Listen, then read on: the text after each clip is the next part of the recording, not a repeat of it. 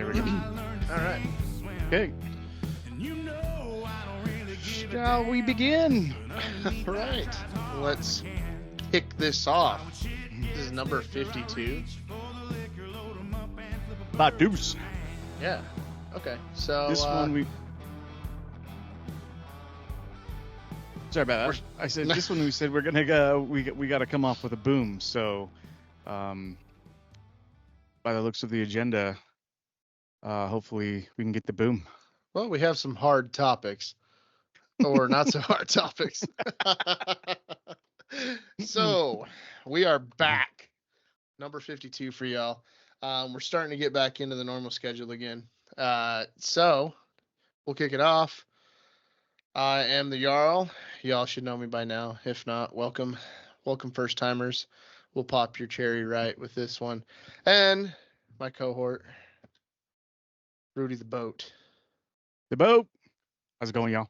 So we got the boat goat, and we're gonna talk about some stuff today. We have like some men's health / mental health topics, Yeah. right? I think So- they contribute to men's mental health, and it's an important thing to talk about. You know what I mean? Yeah, foreshadowing.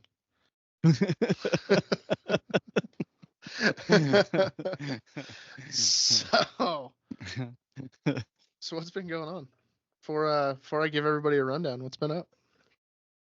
Well, I've been a little ill, so just trying to work through that, and get everything, make sure everything's up on the up and up for the bearded Viking. But we're into summer schedule now with the children, so that's always fun. They did not go outside at all last week, and it was very nice outside, which I hope that's not a foresight to the rest of the summer. Yeah, that will play on your mental health. Just get the fuck outside. Yeah, get the fuck outside.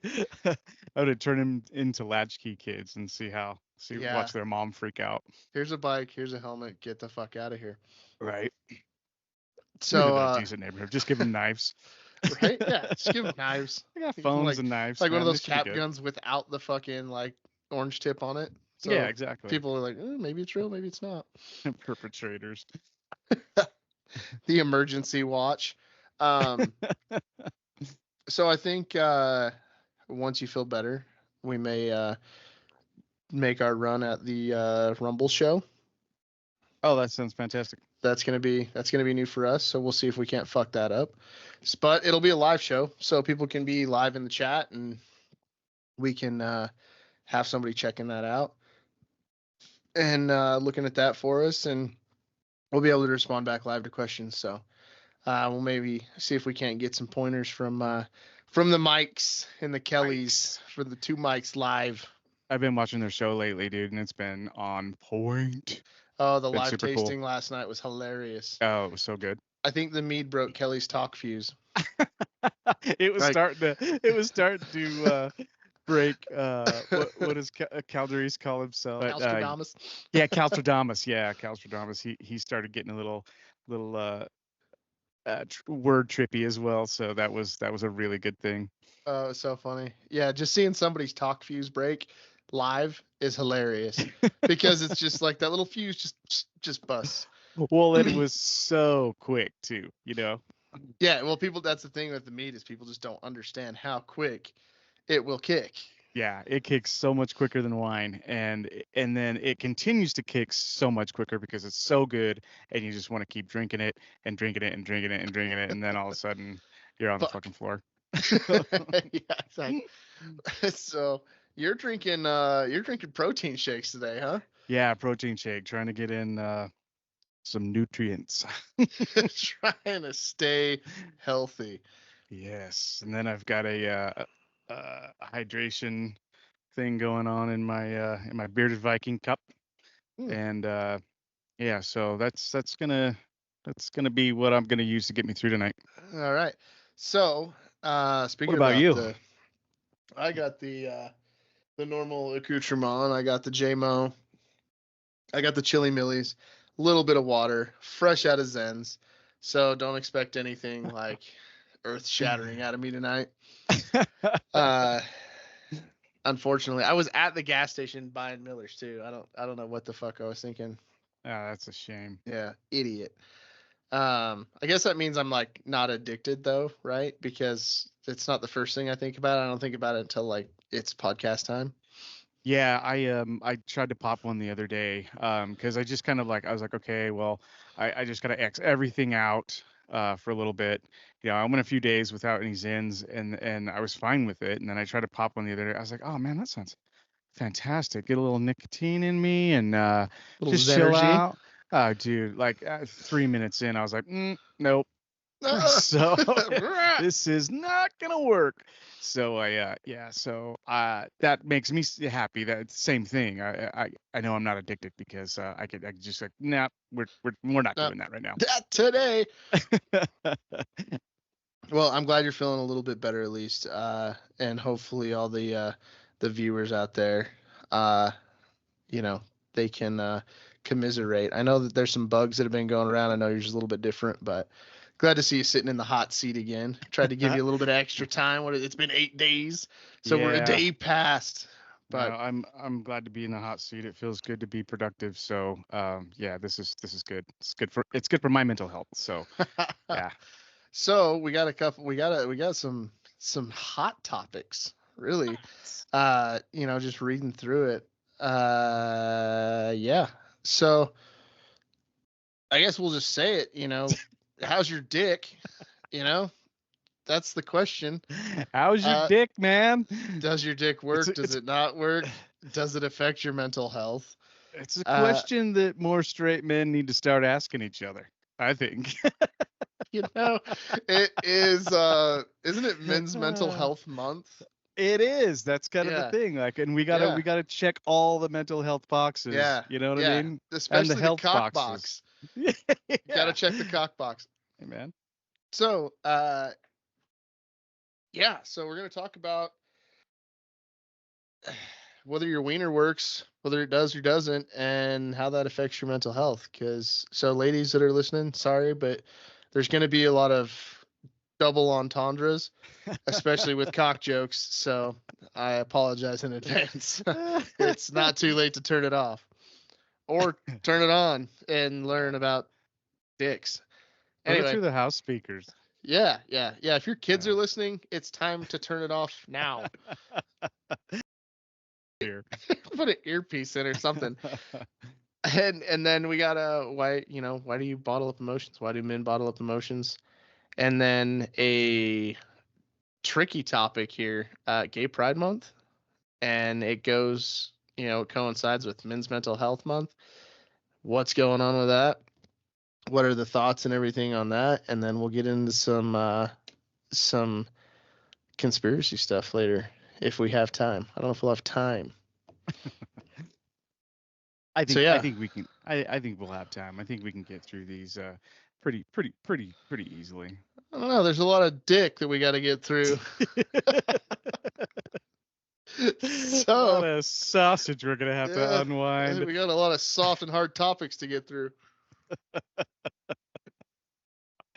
One of my favorite things is to see your facial expressions when you read the agendas that I send you, and so, I was not expecting. I was not expecting it to be the dick podcast, but here we go. So it is an important question, and it does weigh on mental health as far as men go, because it's it can be embarrassing, right? I think everybody's probably had an experience, when they're younger or older. It doesn't really matter, where shit just does not work out the way you're planning it. Yeah. So, and it's it can be embarrassing, right? So, but then you get into the older age, you start getting up there, and then stuff doesn't work, or you're in your head because you're too into your work and into other things, and shit just doesn't work sometimes. And I know it plays heavily on men's mental health and how you go about life, I guess. And I think it plays on confidence levels too, right? Well, I think a lot of men's confidence comes, I mean, sadly, it comes from their dick game. You know what I mean? The prowess on, you know what I mean, what you're packing, and even if you're not packing, what you can do with the package you got. I mean, that those are building blocks of, like, Confidence. manly man stuff. Yeah, and Yeah. confidence. And when that stuff starts to sputter out a little bit, uh, Yeah. it's uh, it's really confusing, and Yeah. you're Especially when like, they used to call you old Ironsides in college. Then all of a sudden, it's just not working like it used to, And there's a lot of products out there, and we've talked about them, and they're fun to talk about, and they're fun to use, like, when we're young and we're just fucking around to see what they did. see if Um, you can explode your dick. yeah, yeah, the gas station boner pills, and see if you can raise your heart rate enough to, you know, blow your heart out your chest. Uh, and and those things are, they have a time and a place. Um, but really, it comes down to is, do we want to have to rely on that kind of stuff? You know what I mean? Especially as we get older, and are there things that we can do to better the situation naturally? You know? Yeah, I just realized that I did not hook something up and I fucked it up. So I don't mean to. Well, you sound great and you look great, so Uh, Thank you. Well, you just get a hopefully, haircut? hopefully you can cut me some slack. Yeah, actually, went and got a little fade today. Good for you. Yeah, you know. Uh, yeah. The gas station boner pills. Oh, those things were rockets, man. I was always scared. It was just gonna explode like a hot dog that you left in the microwave. Yeah. So, yeah. So there's a lot of and as far as getting to the veteran thing too, there's a lot of things out there that actually contributed to ED with veterans. Some of Oh the yeah. some of the shots that some people got, obviously, getting blown up, that doesn't help. No. So there's a lot of things that it kind of go untalked about, especially with wounded warriors and stuff like that. About how do you get that back? How do you get back there and start getting confidence back and things like that? Because that's a huge deal, especially for somebody that got blown up and something may have got clipped, you Hmm. know, in an Yeah. explosion or something like that. So trying to get trying to get that confidence back and trying to because it's such a huge part of the male persona and confidence and everything else. And you know really it's kind of one of those things too.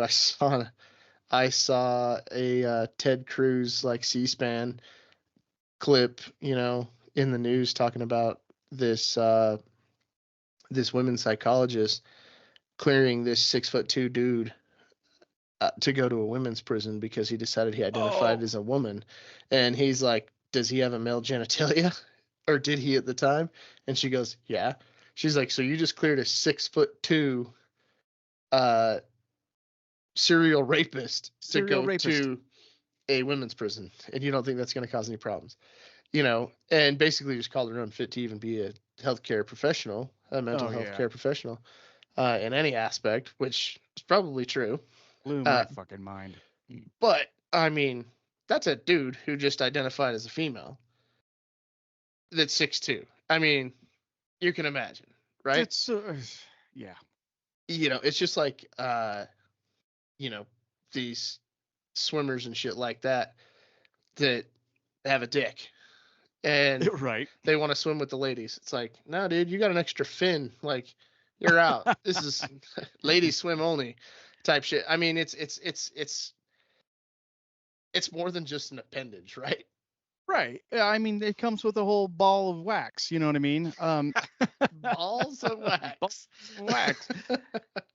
That are just really unfair, and really, I mean, really ridiculous to think about. You know what I mean? If you're going to do that, because he didn't want to compete with the males because, he wasn't as good as them. So what are you going to do? You're going to compete with the females, because you are bigger, stronger, faster than, probably one of the bigger, stronger, faster females out there. So you automatically got it in the bag.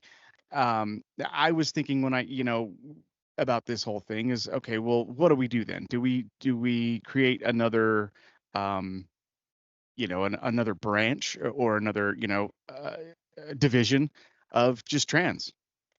You don't get to swim with women if you're a Well, male. I mean, does that not just put them back where they were, like swimming like 190th in the world because they couldn't keep up with the other dudes anyway? That's like me getting in the pool and trying to swim fast and then be like, well, not so good, but I think I can take, 15th as a female. Well, you know, that's horseshit, though. You know what I mean? Like, I think you got to even the playing field that way, and not just, fold to the demands of the trans. I'm sorry, you know what I mean? I'll say it right now. And like I said, you can do whatever you want to do, and we're going to have to tread lightly here, coming on some of these topics today. But at the same time, you can do whatever you want to do. However, you know what I mean? There's got to be some checks and balances. well, and I think the big thing is too is it's the reason why I brought that up is because it gives an example of that type of mental health crisis. Hmm. Because I think that really that's kind of what's plaguing that whole situation is a full blown mental health crisis and then a bunch of enablers. But getting back to our men's men topics for the real dudes, um, about how ED or something like that can affect a relationship or a marriage or something like that if things aren't going right and you don't feel comfortable enough to talk to your partner about it. Yeah. The how much that can weigh on a relationship or affect a relationship. Oh, it can be. I mean, it can explode in a relationship or a marriage from the inside out. And that's a scary thing to think about, and it's a scary thing to talk about. Um, however, obviously, if you have an understanding partner, I think that it's important to, you know, make an effort to open up those lines of communication, and really kind of work together for a solution. Well, I think some of the things that it kind of blows up too is people think that there's cheating or adultery or something in the relationship because you're not chasing your significant other around the house or something, trying to get it all the time. And Hmm. then there's that loneliness and stuff that starts to set in. And then it's like, well, what the fuck's he doing? Is he out banging other chicks or what's going on? Right. Especially if that's happening to you and you're not willing to talk about it or say what's going on because it's embarrassing and you feel less like a man. It's a shot to your pride. Oh All yeah. of those things, right? All All of of it at those once. things. Yeah. And you're going through depression because of it. And another thing too is, things that change in the relationship as well, can kind of affect that, or at least contribute to it. You know what I mean? Maybe you guys have a really hard financial setback or something like that. And there's some tension going on in the house and stuff. And there's a lot of blaming and all this kind of thing going back and forth. I mean, obviously, that kind of tension in a relationship is going to be a contributor to those kind of things.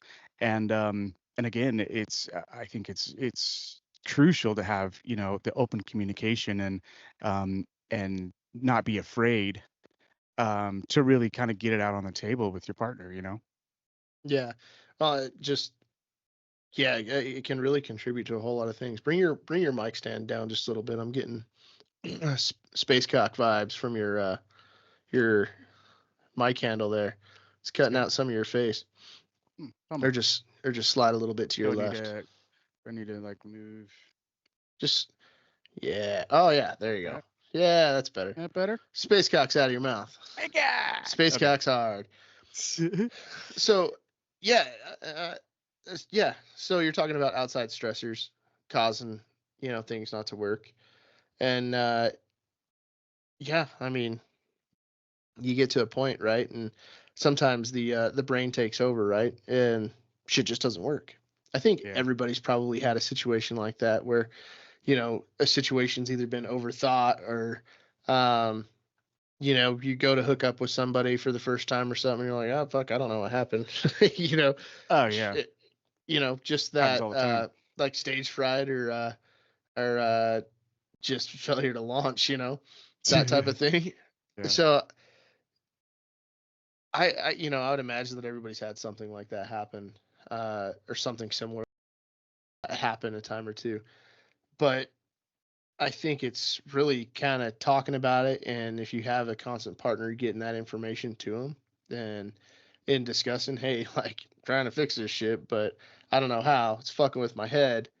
You know, I need your support and help getting through this. Versus, well, fuck, this is over because you know my quit monk isn't working. Right. And it's like, hey, just be patient with me and let's figure this out. I think one thing I know for me is that um, I feel a lot better when I'm working out regularly. Regular exercise really kind of gets me going. You know what I mean? And it kind of keeps those hormones in check, and it especially like after a good hard workout, dude. I don't know about you, but like I'm Like a like hard yeah, workout yeah, with dude. Like like a bunch of dudes. just seeing him sweaty muscles in the gym. Yeah, Just I'm doing like cardio. I'm like strong-eyed bull, bro. Yeah, just ready to knock the boots off of the whoever I may be seeing. Poor Starbucks girl. hmm Yeah, I think it's definitely. I think that can definitely help. Obviously, we're not dick doctors or mental health specialists, but we can tell you what works for us. I know that it's definitely important to have like a positive self image, especially when it comes to something like that. Just because if you have a negative self image and everything, it cuts into your confidence too, right? And Yeah, it, I definitely. it's all kind of connected. At least for me, it's connected. So yeah, definitely when you're working out and feeling good about yourself, things tend to work a little bit better. And it, obviously, it clears your head a little bit too. All hmm jokes aside. That was good. That that had some back end on it. Yeah, Yeah, yeah. that hit a little bit later. Yeah. Sometimes it brings it back around. That was good. Dude, I can't. Uh, yeah, I agree. And having a supportive partner and I think you nailed it on the head too, is having uh a positive self-image. And no matter, you know, how you are, your body type or whatever looks like a positive, version of yourself. Um, whatever you look in the mirror and like, man, I'm looking good today. I'm feeling good. I'm Felt loose. I'm. felt cute. Might delete later. Yeah. Feeling cute. Might walk by the pool in my Speedo later. Yeah. Oh yeah. Yeah. And I think that's important, and that's going to be different for everybody. You know what I mean? And I think that especially nowadays, um, in today's society where there's so much information coming at everybody so quickly, I think that those things tend to get lost because, is the ideal male body figure, like one of these bodybuilders, that are all ripped up and trimmed up and all that kind of stuff. Well, I for them, but not Yeah. for the average American because that's their full-time job. You know what I mean? That's not my full-time job. Yes, I want to be healthy, and yes, I want to, you know what I mean, do what I can to increase my life longevity. However, I'm not going to be that guy. You know what I mean? And No. and I've come to terms with that. You know what I mean? Well, yeah, and I've wondered too. I'm like, dude, have you like taken so much stuff that your dick doesn't work? Like, I'm worried for their dick health. Yeah, You know, I mean, that's got to be weird. not like overly worried, but I don't know. It That's got makes to me be weird. ask the question to myself. Well, I that would never ask that out loud. that had been the quiet side effect. Yeah, yeah, out loud But on seriously, a guys, podcast does that your we're dick gonna work? that we're Like how does that shit work? Like, did your dick have muscles? Sound off in the comments. I'd like to know. Yeah. That was kind of the whole silent side effect they said for a long time, especially in the in the late 80s and early 90s about um, the Like the use of steroids. yeah, the steroids, yes, um, and and that's unfortunate, if it's true. I don't know if it's true or not, but if it's true, that is unfortunate because, yeah, helping your body along, you know what I mean, to get the physique you want is great, but those kind of side effects fucking suck. Well, I mean, there's definitely something out there, right, that fixes it, other than just like little blue pills and shit. Because you get like Steven Tyler and those fucking guys dating like 25-year-olds, and they're like in their 80s.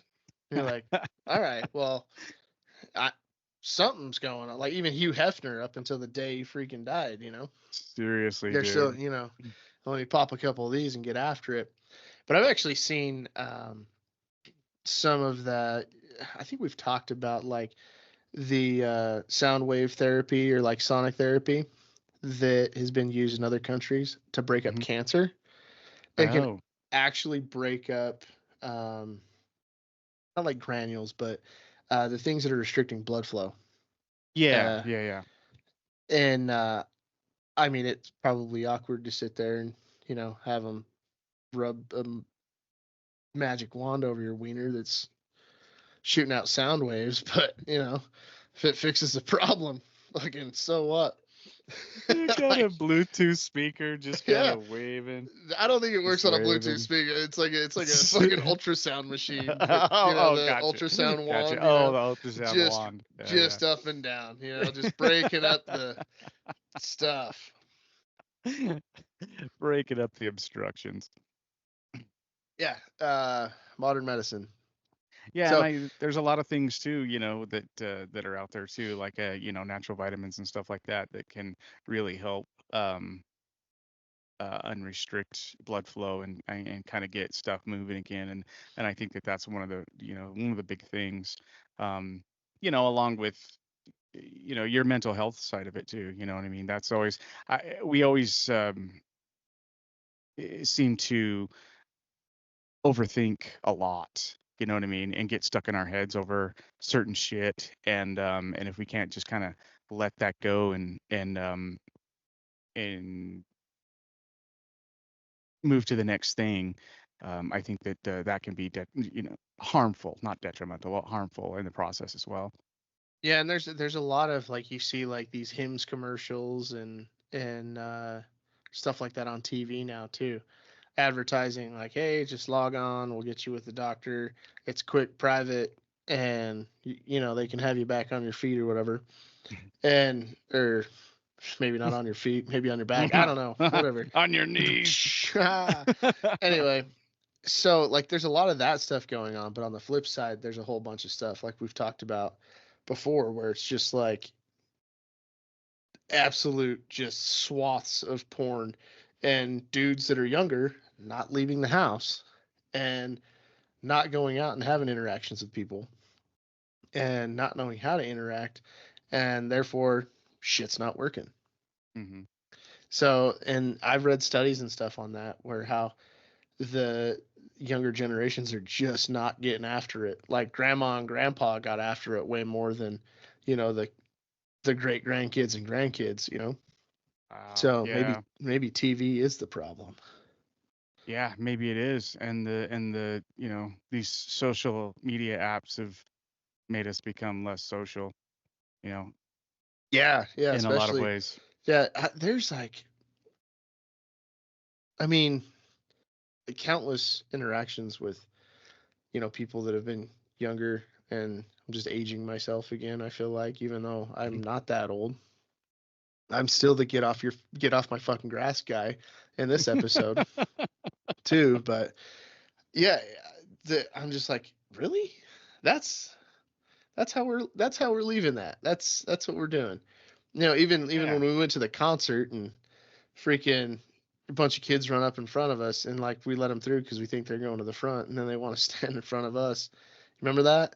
Yeah. And You're old like, dude had to like pull motherfuckers. his girlfriend back and try and set her straight. Probably not his girlfriend after that night, but his buddies were cool. They were like, Yeah. you don't want that. But it was just pure just disrespect and like no etiquette for being in public and interacting with people. Yeah, no regard. And it's like, I had a baseball coach.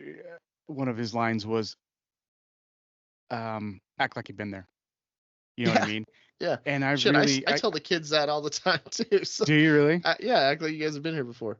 Yeah. And I think it's one of those things. And it's kind of one of those creeds that I've always kind of lived by. It's just like, act like you've been there. And that's really kind of what it comes down to. And these kids just do not have that. And it's, like you said, it's just rude and disrespectful and almost like they we owe them something, you know what I mean? And that's another topic that, we've beat to death, but at the same time, you're right, without having social interaction, you don't know how to interact socially, you know? Yeah, yeah. So I think yeah, there's definitely a generation of people that are gonna have to figure this whole thing out. Whether it ends up being ED medication or a mental health professional that they're gonna have to talk to because these fucking kids are fucked Yeah, up. after they get knocked the fuck out. At a country concert, At a at, country at an concert, outlaw country concert. right? Yeah, so it's definitely, I think, in closing with that topic, I think it's definitely an important aspect that people tend to maybe shy away from because it's embarrassing. People don't want to talk about it, but I think it weighs heavily on men's mental health. And I know that we're totally going to get a bunch of shit because we did this topic because it's like a funny topic, but it's not funny at the same time because dudes are really going through it. But all dudes think it's kind of funny though too, even if you're going through it or not. It's just, especially the I think group of that people that's we why. have, is just gonna clown on everybody. You know, as far as like if you just walked up and be like, dude, my dick doesn't work. Let's be like, dude, that sucks. Like, what the fuck? Like, why not? You know what I mean? Like, well, it's just kind well, of I like think it's a that fucked up topic, but it's something it is that's serious. I think that we're the perfect pair to talk about it. You know what I mean? Especially with our group, and we have a good forum to talk about it because it's a funny topic, but it's a serious topic, but it's something that no one wants to fucking talk about or admit. You know what I mean? And and I think it's important that I guess we can say, hey, we know. Yeah, You know it's a what I mean? hard topic, guys. It's a hard topic, and we know. But fucking talk to your wife about it and fucking start eating right, man. Let's do something. Yeah. Get your blood pressure down. Your blood pressure down. Is that really affected? I don't know.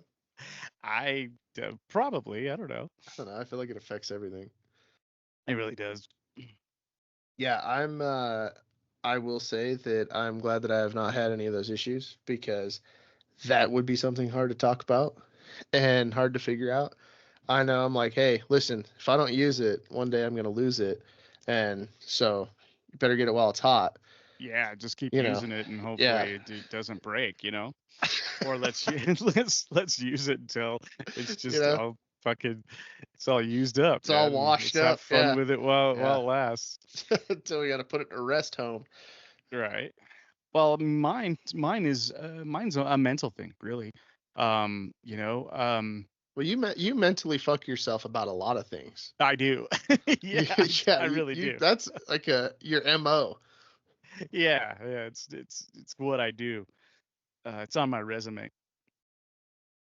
Yeah, and it depends on the situation. You know what I mean? And a lot of it's situational. However, if I'm in a long-term relationship or a serious relationship and getting after it, then we get after it and that's fine.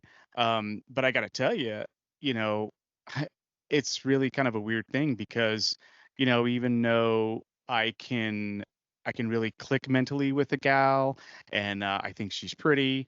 Maybe she kisses well. She's got a really good demeanor.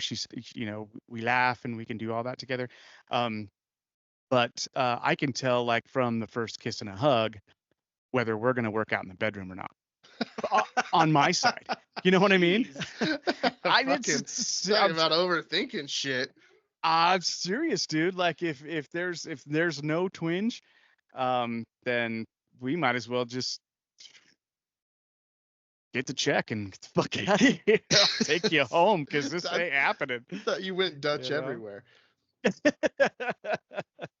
Oh, yeah, the first date. There you have it, ladies. If boat pays, it's a real deal. It's going down. If boat makes you go Dutch, sorry, just pack your shit. Get back on your Harley and get the fuck out of here. Yeah, you're a mental guy. I think you're a lover is what you are. Yeah, very much. You just fallen in love. Yeah, and you're like a Neo song or like a Usher song. You're just falling in love. If the hearts and stars aren't fluttering out of my eyeballs, then it's just not going to happen in the bedroom. Shit, dude. Start calling you Snow White.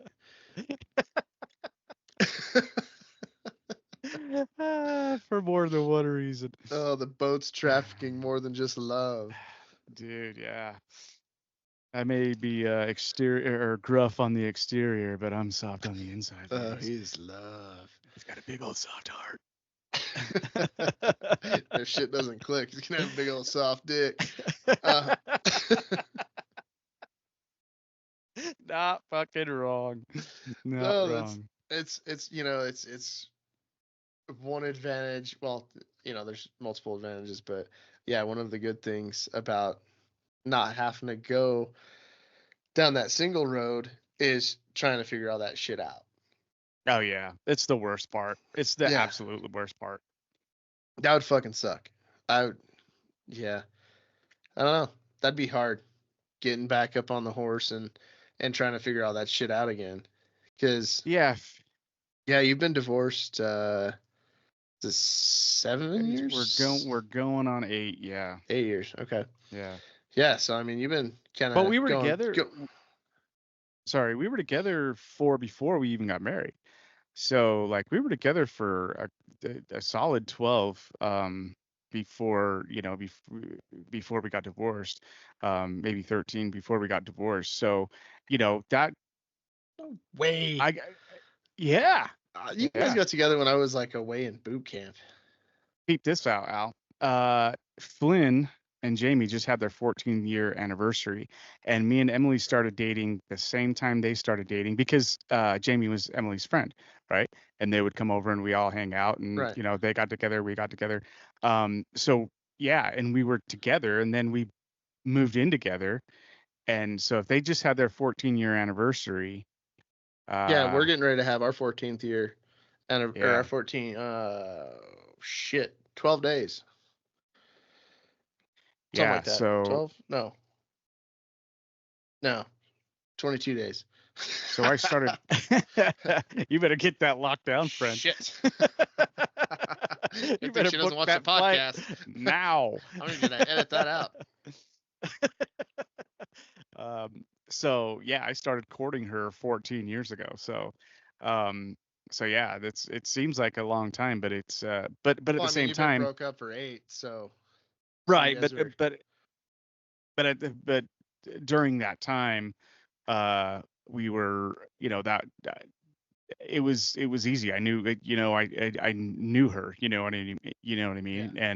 And we had our routines and stuff like that, and it was nice, but then, trying to figure somebody else out and do all that thing over and over and over again it's hard on the fucking head, man. Sounds stressful.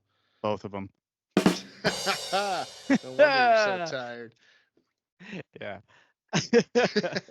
No wonder you're sick.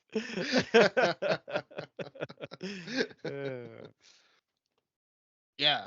No, that sounds mentally handicapping.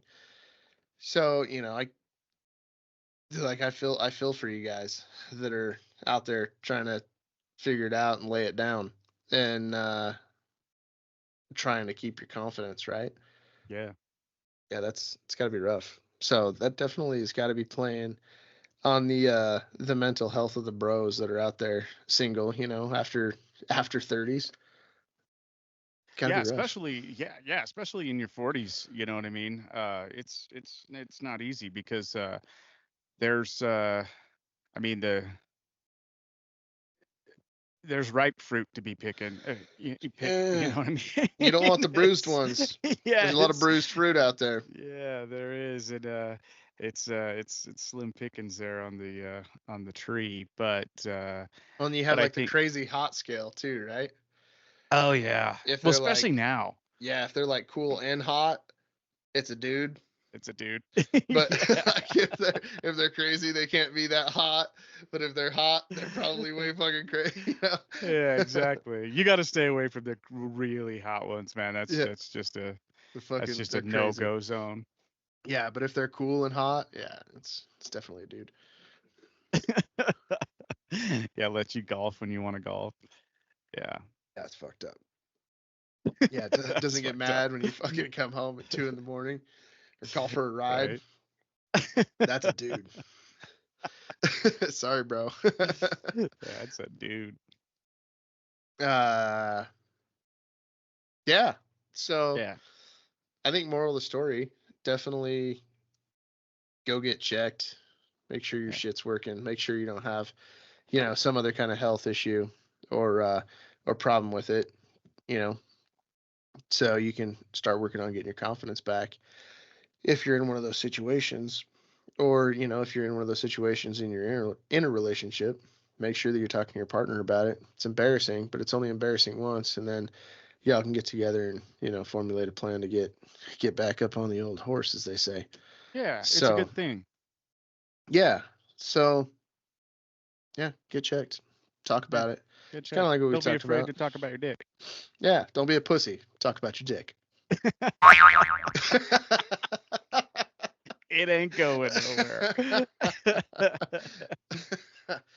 Ah, just should have just wrote slogans for a living. I feel like I'd have been good at it. Been an ad man Yeah, for like just fucked up shit. just one-liners for fucked up shit. Yeah, just smoking lamps, dick pills. I got your back.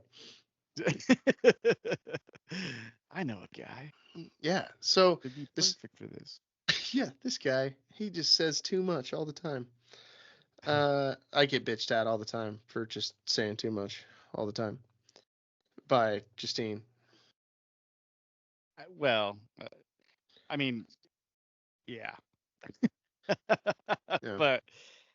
but she gets to enjoy the fruits of the laughs though. I mean, she gets to just laugh at the crazy shit that comes out of your mouth more than anybody else. And she's got to revel in that a little bit. Yeah. So she's got the eye roll down for sure.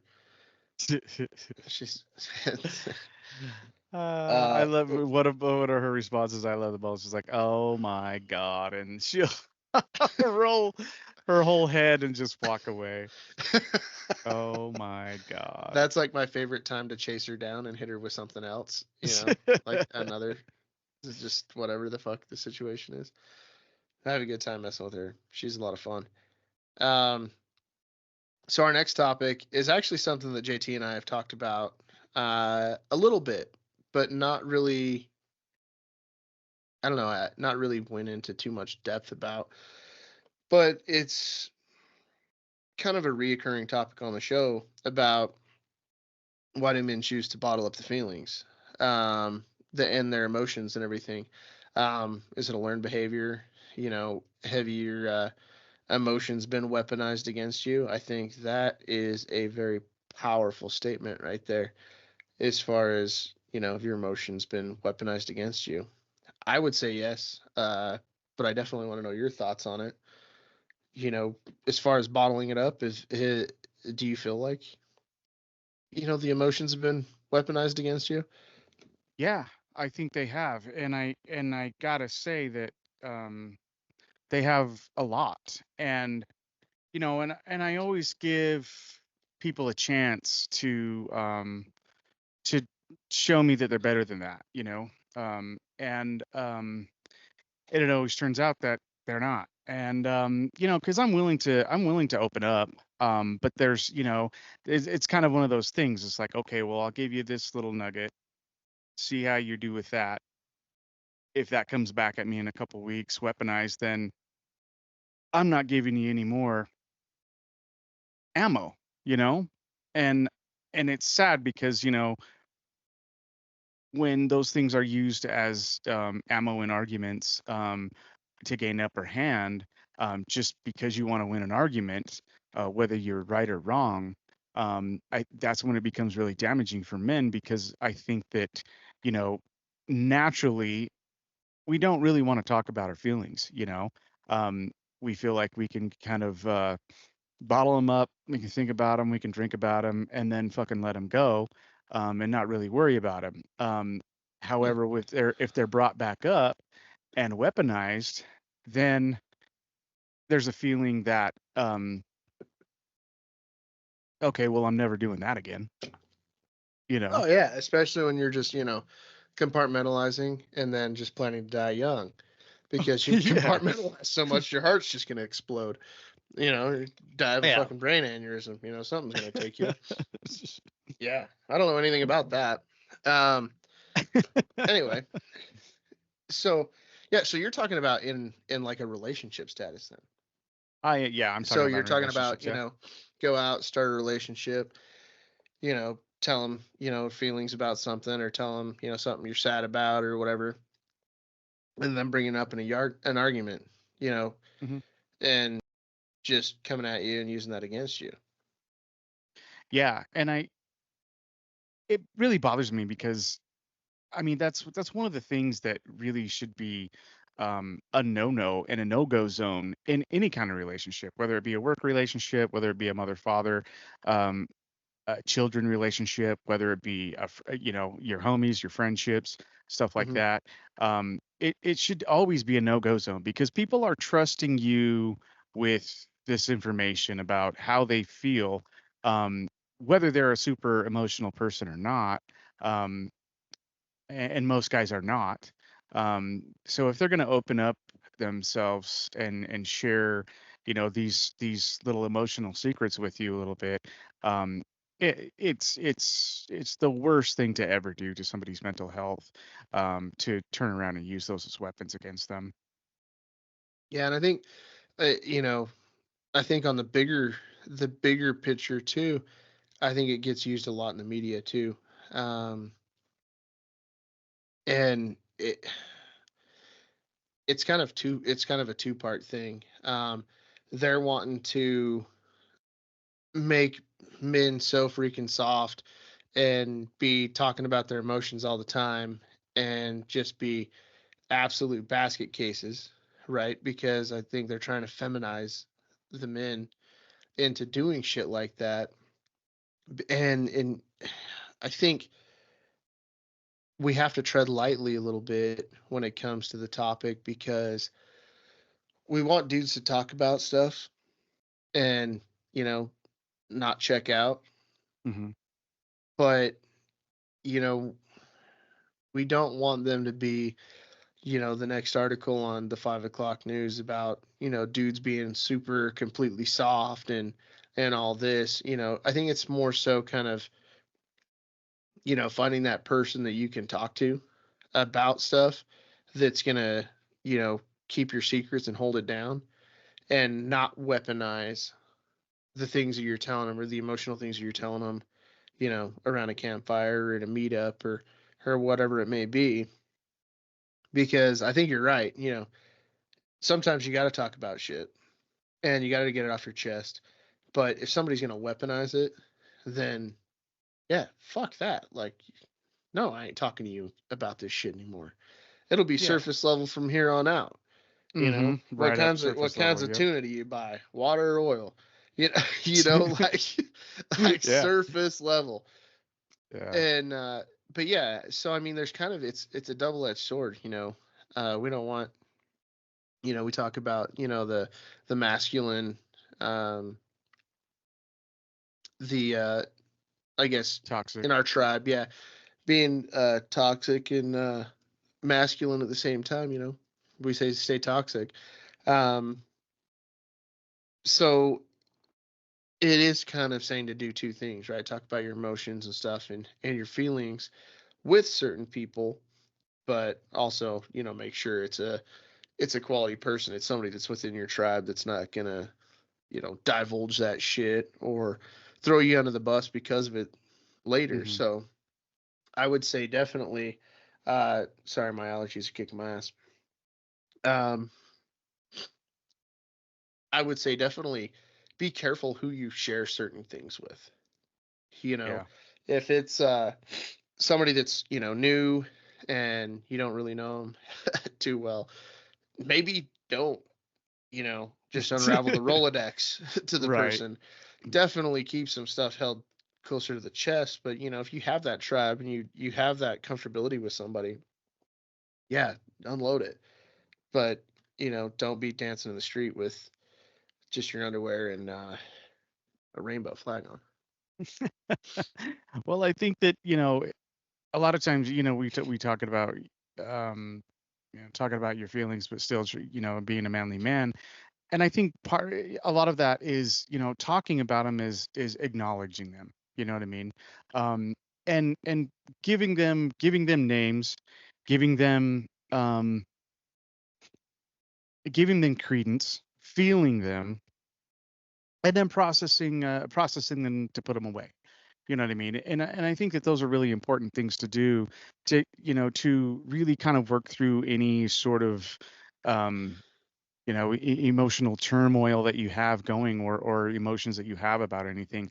And that process may last uh, a couple days for some people. It may last a week for some people. It may last fucking a year for some people. And I think that that's okay as long as you're being active in it. You know what I mean? And then once it's processed and done, you can put it away and be done with it. You know, and I think you're right, is choosing those right people um, to um, to talk about them with, if you're going to talk about them. You know what I mean? Well, if it's not like a licensed professional. Yeah, I mean, I think just like saying things out loud helps. Yeah. I mean, like you ever just, I mean, talk to your dog, say it out loud. You know, you're like, oh, that feels a little bit better, buddy. Thanks. You know, Yeah. just I'm not really one to talk about a whole bunch of, you know, feelings and emotions and things like that. Um, you know, but when I do, you know, do a download on somebody, like that's, you know, that's it. After that, really, I don't want to fucking hear it pass in Hmm. it unless, you know, we've tabled it and we're going to talk about it at another point. But usually that doesn't really happen. Yeah. Um, so yeah, it's kind of depending on who you are and what you're talking about. Yeah, it's definitely important to make sure that you have a trusted individual, you know, or individuals in the tribe that you can say something to, or talk about different things with, and you know, hiding emotions. I think it's just I don't even know if it'd be a learned trait. You know, is it, you know, passed on from the fathers? Um, you know, is it a learned behavior? Is it from society? I think that it's just kind of a male behavior. Um, I know that, you know, for instance, our dad, he was a pretty hard guy. Uh, didn't really show any emotions past pissed off. You know, he might say good job every now and then, but that wasn't really an emotion. That was just like a word, you know. It was just the acknowledgement Not of not saying not saying that like he was like a bad dad or anything like that. He's just a not emotional guy, yeah. right? And you know, it wasn't a bad thing. But I don't know that, you know, growing up and becoming somebody that doesn't talk about emotions and stuff like that is necessarily a learned behavior. It's just something that, like, I think at least for me, it's like, think about it and you're like, well, what the fuck is it gonna like, what the fuck good is it gonna do, right? Yeah. I think that's my thought process a lot of times. Is Yeah. like, so what the fuck? Who cares if I say something? Like, nobody fucking cares. What good is it gonna do? When That's exactly another point that I was going to bring up, and I'm glad you brought it up. yeah, I mean, we were raised by the same man, so maybe it is learned behavior. Who the fuck knows? Uh, I Oddly enough, we're on this subject, and I don't remember what the kids were saying, but it's like they always usually say something that's on topic for us, and I haven't even written the agenda yet, and Right. neither of you.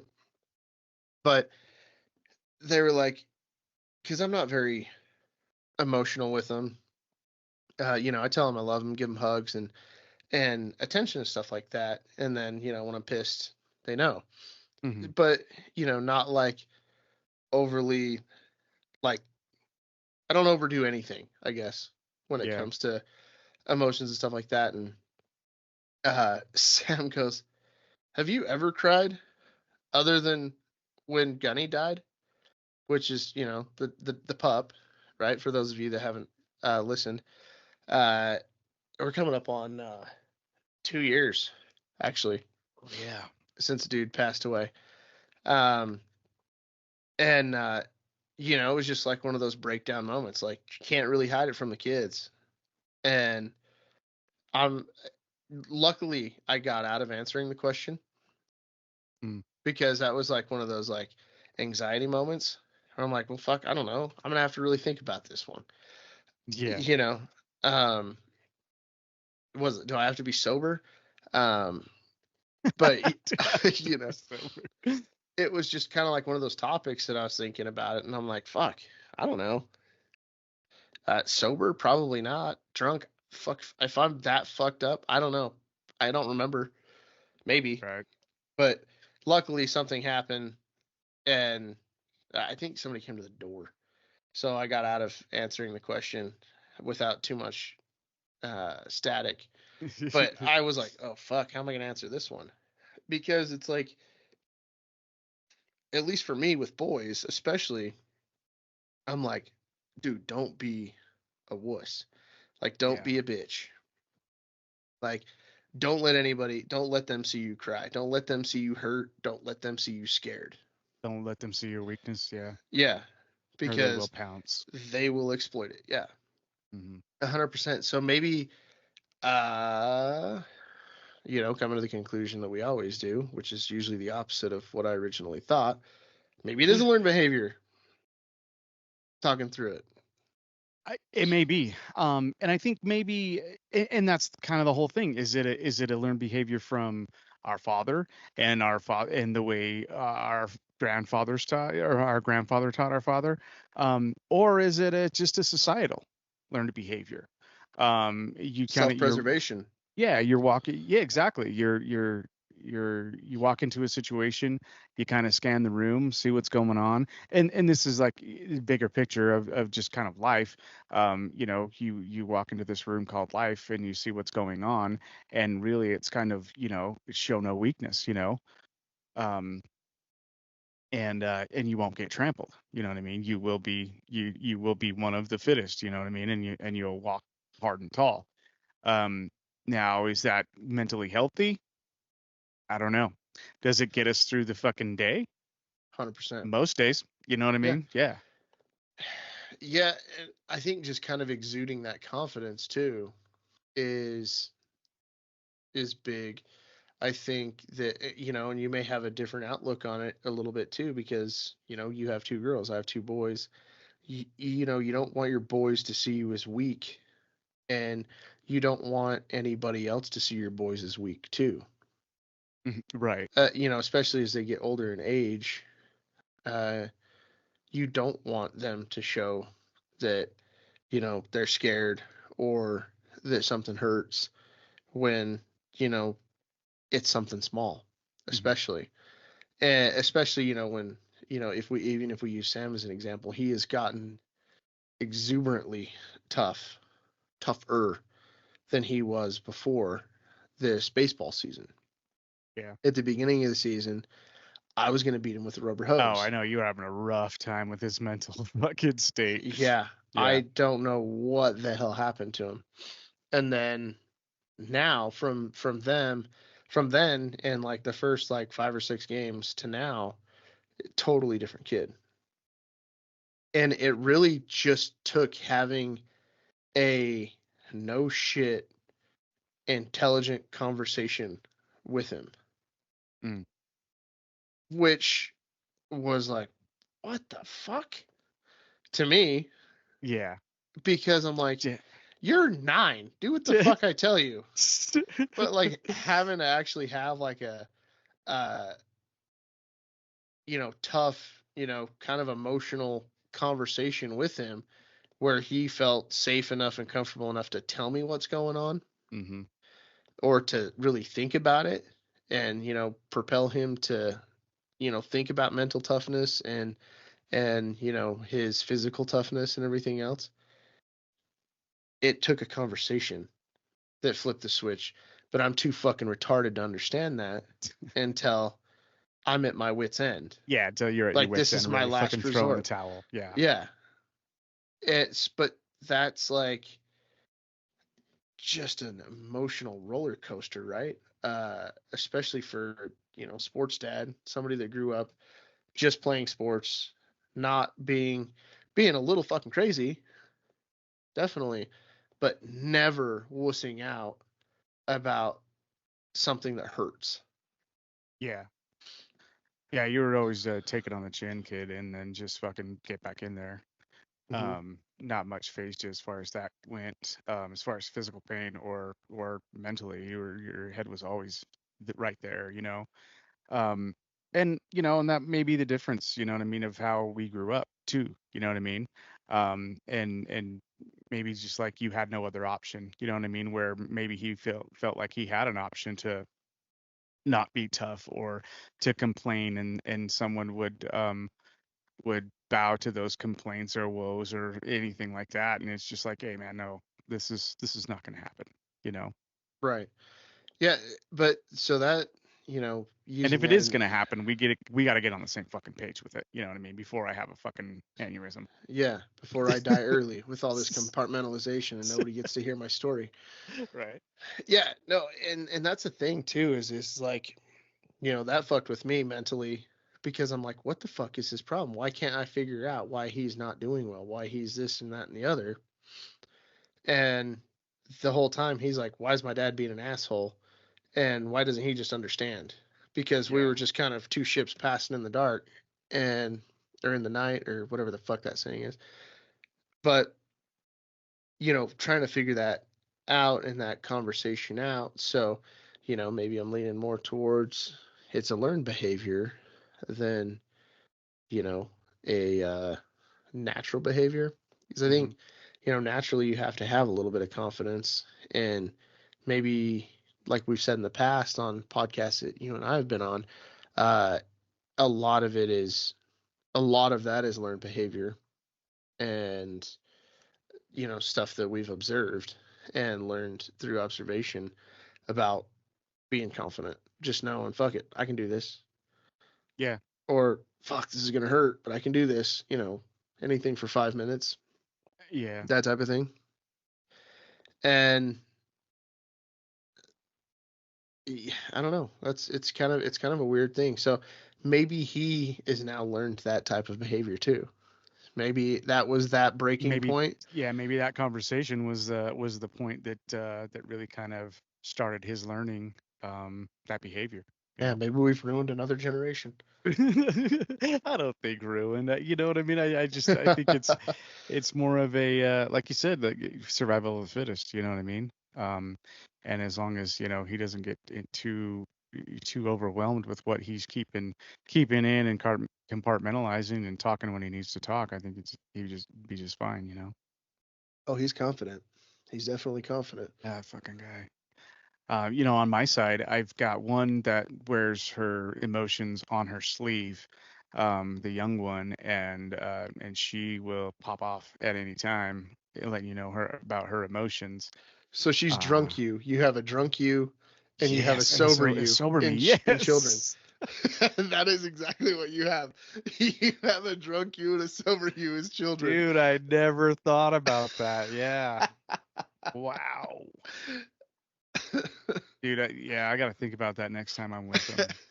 That's gonna be hilarious. The next time you want to talk to the one, you just get fucking hammered. Right. Oh, that's funny. um, yeah, and the older one, she's getting into that kind of that preteen, stage where she didn't want to talk about anything now, and it is always kind of really kind of difficult to pull stuff out of her, and you just gotta wait for her to come to you about it, and eventually she will, and she has, and she will down the line, but she's you can't press her too hard, or else she'll dive deeper and deeper into her shell and then start to burrow, and that's just her nature. So it's really kind of a touch and go game with her, but the other one, man, you want to know how she's feeling, just fucking ask. You know what I mean? Sober you and drunk you, for sure. you are you are definitely a burrower when you're sober, sir. That is fantastic. Yeah, we were just talking about freaking, mental health and everything else. That's funny. I've never really put it together either, but the second you said that, that was my first thought was drunk you and sober you. I have just learned something about myself. I'm gonna see these kids in two way different ways now. It's gonna be awesome. Dude, you just became a better present, a better parent overnight, dude. Right? It's good That's, to look at everything in different perspectives. Dad, why are you so different now? You're like, because I understand. A light Holy bulb went off shit. late It last was a night. revelation. I was drinking hydration packs and protein. The lights went on. Oh man. No, it's funny because I came into this 100% like, no, it's just a thing. It's just a thing that dudes do. But I think that, you know, the old guard, like our dad and, the other dads that we knew, that was just kind of how they did it. Hmm. So, and I think it's a I definitely think that it's a learned thing now, but I also think it's kind of enduring and something that maybe hopefully gets passed on more.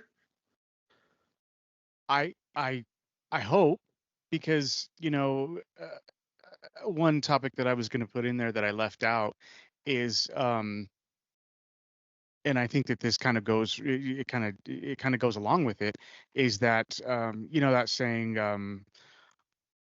uh what, hard times make hard men, we whatever, Oh, what is it? yeah. So easy um times make weak men. yeah, easy Yeah. times make weak men.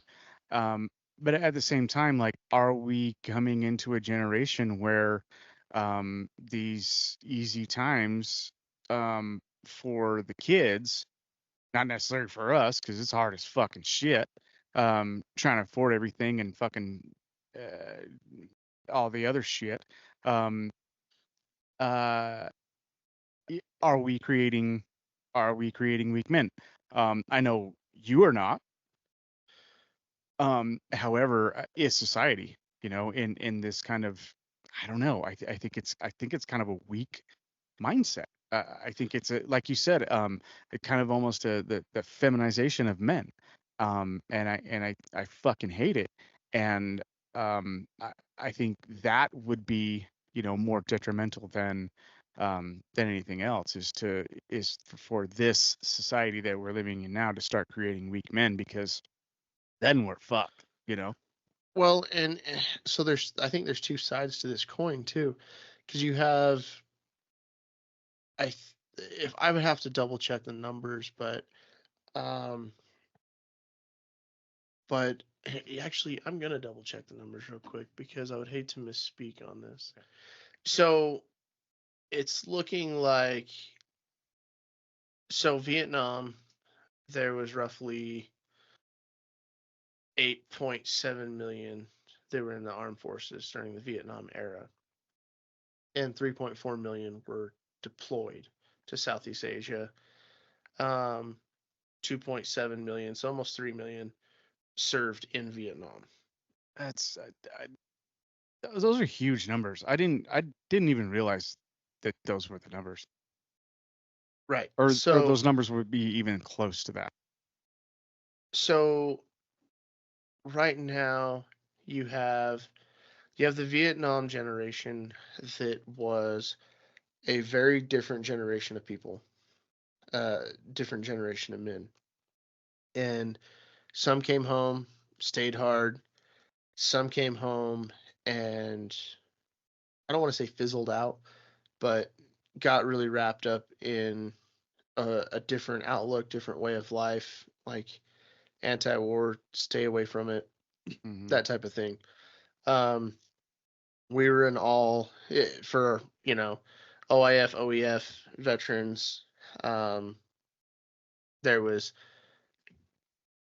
2 million, well, 3 million tours of duty lasting more than 30 days in OEF and OIF. So there was just as many troops that were OIF, OEF troops, roughly, as Vietnam troops.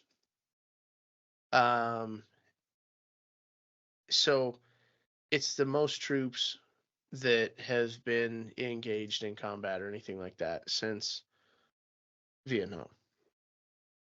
So where their generation differs from ours is they got drafted. Mm-hmm. We all joined up.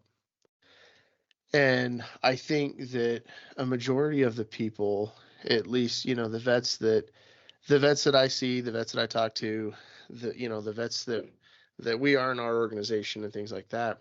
Um, and I think even using JT as an example, he's like, fuck war. But he is very much appreciative and passes on the structure and the structure bearing and respect and everything else that the military kind of provides and instills in you. So kind of those ethos and values. And I think that most of the vets of my generation have started to do that with their kids.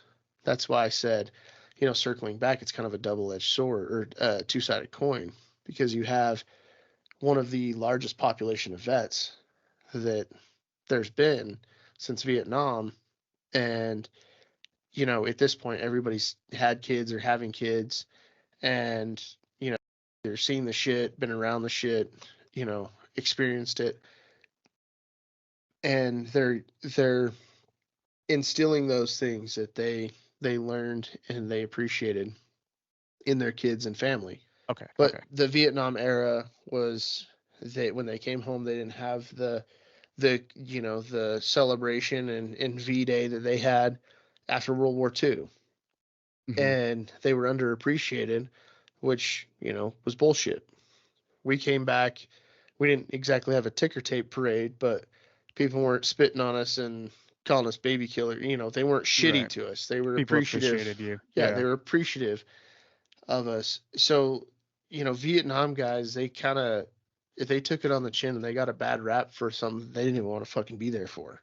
Yeah. Something they had no control over. Yeah, we volunteered, went over, and we got a better reception. But those things that we've learned and everything, I think people have started to instill those values in their kids and make sure that, at least the veteran community, these kids are, respectful and have these ethos and, um, self value and just these different things in them. Whereas people that didn't, that's the other flip side of the coin, where, yeah, these kids are growing up and they're just completely out of control. Like they haven't been instilled a lot of the same values. They haven't been, um, taught the things that we're teaching our kids, and they just have no real world idea of what the fuck is going on. Yeah. And that self entitlement.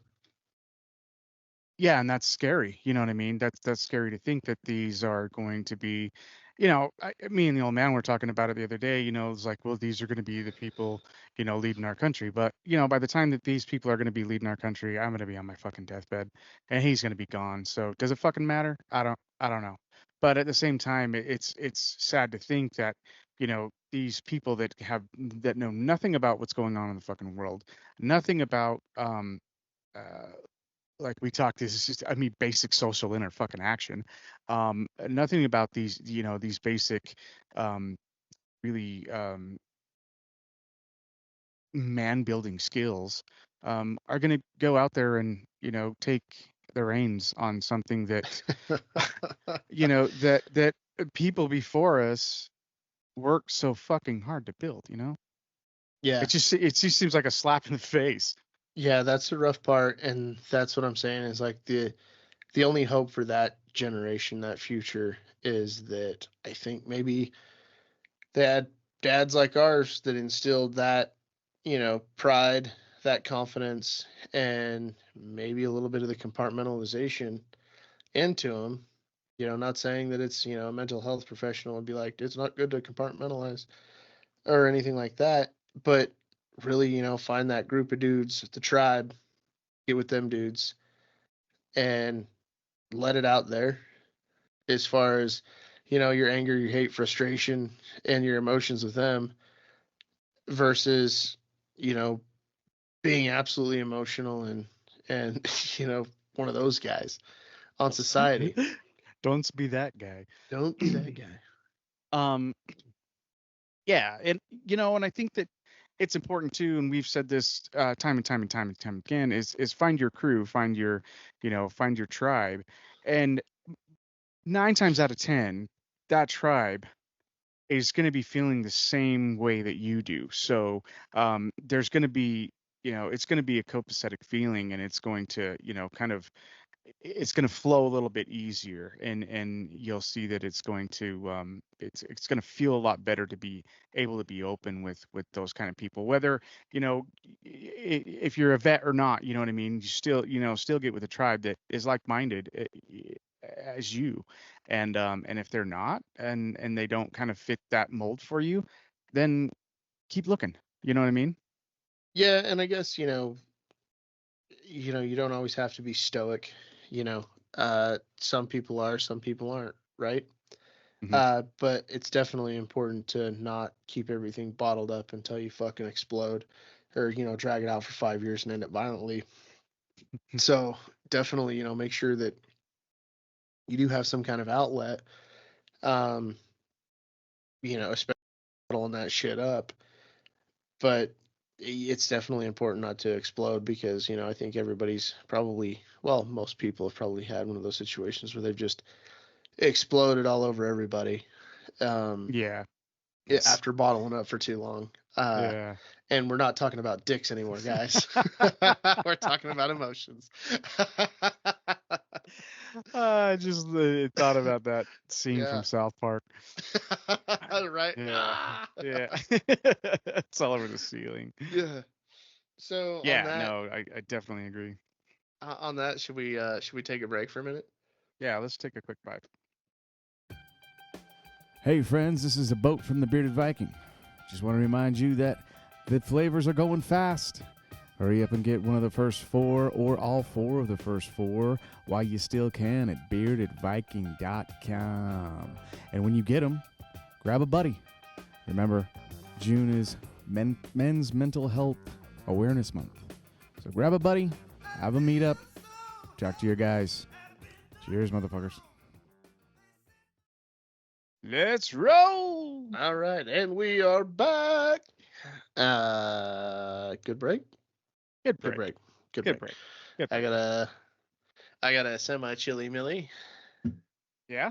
I have ice balls, and I have the ladies behind me. Oh yeah, we didn't acknowledge the ladies before. 4 They're ladies. looking as sexy as ever. Oh, stop it, camera. Back over there. The ladies. Fuck you, camera. Camera likes to keep you centered. Yeah. Yeah, I don't know how you do these semi-chilly millies. I like anytime I drink beer, it has to be ice fucking cold or like straight out of the fridge. Like when I do the cast and I drink beer, like I'll set up a little bucket with some ice in it, Well, Really? either some ice in it or some like one of those cold cold ice pack things, that you put in a cooler that has Yeah. like the 6 slots in it or whatever. Yeah. Yeah, you know how I do it? Hmm. I'm not a bitch. Oh, shut the fuck up. I compartmentalize my feelings. I compartmentalize my taste, bros. Fuck you. Such an asshole. All right. So, talking about exploding topics, exploding emotions, and dicks. Hey, man. Let's jump Tis into the our month. third topic. Gay Pride Month, huh? Yeah. Yeah, I thought this one would be like, I mean, we'd be tiptoeing on the Like yellow brick road you're for trying to sure. get us kicked off of YouTube again, huh? This will be our strike for this year, since we got a strike last year. No, yeah, I don't want to get us kicked off the YouTubes. It's like all forgiven after like 6 months of not having a strike. I think so. Is it? I don't No. really. No. I never read the rules. But there's nobody that says we can't talk about it. I mean, we can have feelings about it, right? If they can have feelings about us, we can have feelings about them. No? No, we can't. Oh, that's in the rule book. Yeah, we can't. Yeah, it's in the rule book. Yeah. It's a shame. That's why when I honk in traffic, because they're blocking the fucking road, dancing in their underwear in front of a bunch of kids, I'm the asshole. Yeah. Not the asshole with his asshole out in front of kids. I don't understand that. And I don't think either. that's taking it a little too far, I think that it's been said many times, many ways, that that's not okay. And there are forms of self-expression that you can do that do not expose, your parts to children. Minors? Yeah. If there was Minors, a yeah. straight pride parade and I was running around with my dick out, better be damn sure if there was a kid there, I'd be in handcuffs. Right. Or if somebody was walking around with their vagina out, damn sure they'd be in handcuffs. And why is there a double standard? Why is there a double standard? That's what pisses me off about it, is there's a double standard and there's a just a gross way of looking the other way. Yeah, it's weird. You know what I mean? And just passing it off like, oh, that's just them. Oh, it's just Rico and his huge cock rolling around. Yeah. And why I blows me away. Another thing that you brought up that I kind of wanted to bring up in this segment is that it does fall into Men's Mental Health Month too, and how Men's Mental Health Month got overshadowed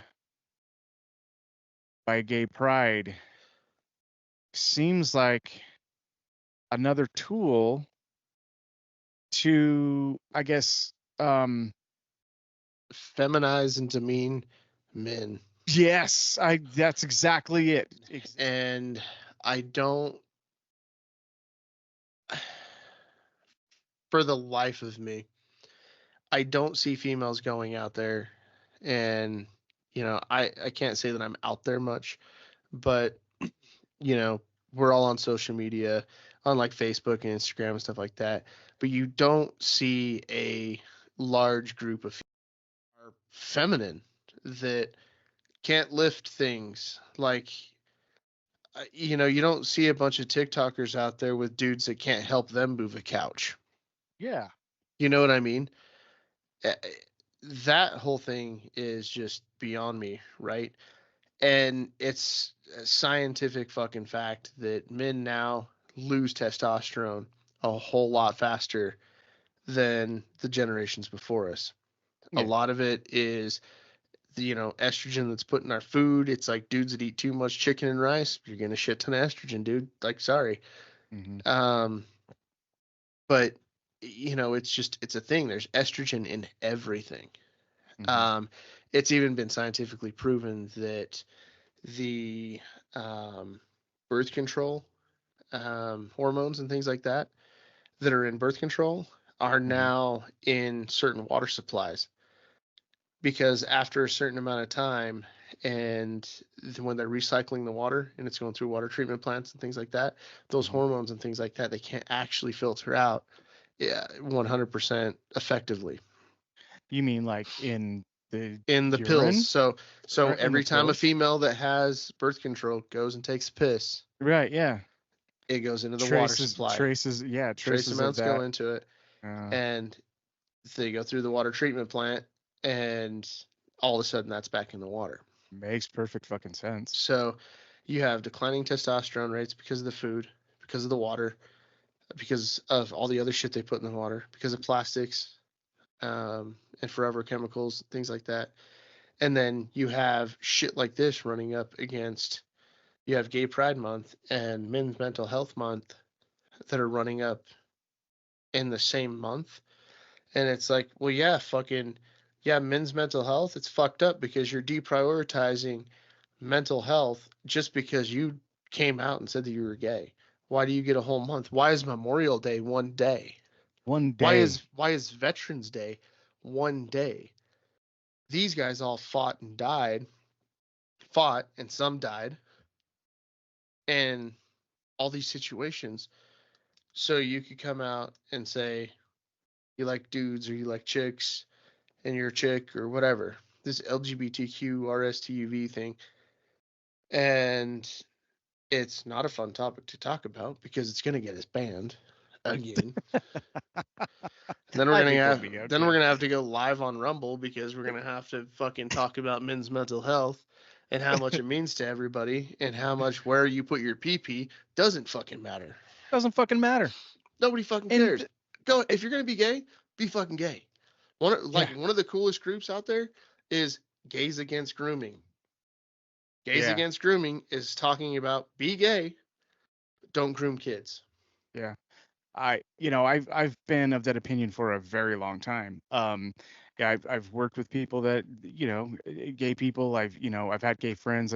I've known gays. I'm not, I don't put my head in the sand over it, and I don't act like it doesn't exist. And it's exactly the same. If you're gonna be gay, be gay. It's fine. Yeah. Nobody fucking cares. But nobody fucking cares. Yeah. The only thing that matters is that you're not hurting anybody. You know what I mean? And in the process. But nobody fucking cares. Nobody needs to know. Why does it have to be a parade and a month-long celebration and a flag that you have to wave around to get noticed and to prove your point? Like that's I think it's too much. It's overbearing. One of the hardest things I've ever had to do was kick one of my best friends out of the Marine Corps because he was gay. Yeah. Because I was a legal chief, right? I was like, dude, this is not me that's doing this. Like, I love you like a fat kid loves cake, quoting 50 Cent. But, it is what it is. Because it was during Don't Ask, Don't Tell, And he's like, dude, I know. And he's a great dude. And I've based on, the conversations that I've had with him and like things that he posts, like he doesn't agree with that shit either. Yeah. Especially about touching kids and, or not touching kids, like grooming kids. But I mean, obviously, touching kids is bad too. But yeah, he's just like, I'm gay. So what? Yeah. He's married, he's happy, healthy. Doesn't fucking matter. They right? go to work, they come home, they cook dinner, Yeah, they go to pay bed, taxes. They get raped on taxes just like we do. just like everybody else. Yeah. Tax rape is tax rape. But Yeah, I mean, he doesn't stand for that shit. Most of the people that I know that are gay don't stand for that shit, period, either. Mhm. And you know, I would imagine, it takes quite a bit of intestinal fortitude to come out to your old man if you're gay, or come out to your family and stuff. Like, I'm not discounting that if Mhm. you're gay and that's your thing. Yeah, it probably takes a shit ton of intestinal fortitude. Yeah, I'm Uh, sure. I'm sure it's it not easy. took a ton of intestinal fortitude to tell you guys that I was buying a Ford too. But here we are. I bought a Ford. you know, Yeah, you're everything's just good. going Everything's good down now. on dudes in Yeah, it. I tinted the windows and there's just dudes in my truck now. So uh, yeah, I and I agree with you, and I'm glad you brought up that point because we're not sitting here discounting uh, how hard it is to kind of come to terms with those emotions and turn around and have to relay them to your friends, families, and loved ones, because it's not easy, and I think that a lot of people kind of um, don't understand that, especially if you don't have like gay family members or you've never been close to somebody who's gay. Um, and it's really hard and it's really taxing and it's really stressful and um, a lot of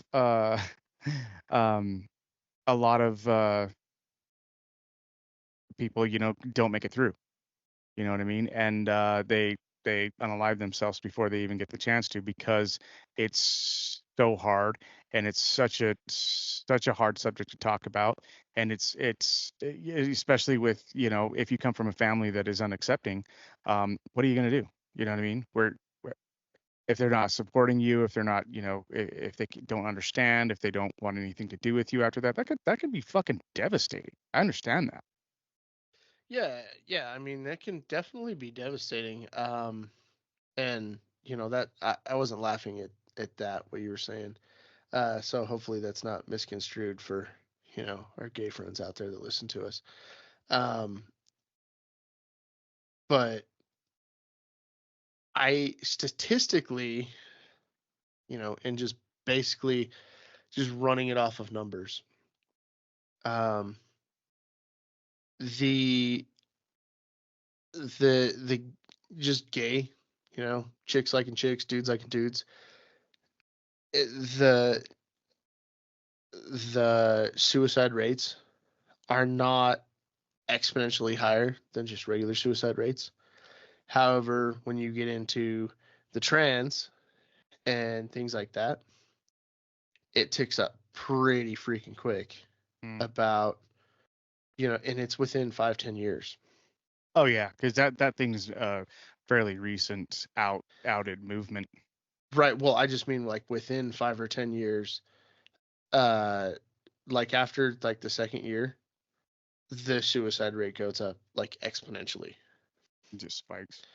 Yeah, and there's actually a lot of people out there now, um, that have gone through, transitioning therapy, that have woken up, from dreams, and their whole dream was, they were, you know, getting it on with a super hot chick or something like that, and had like a raging, mega huge gas station pill boner, and wake up and it's gone. It's gone. It's cut off.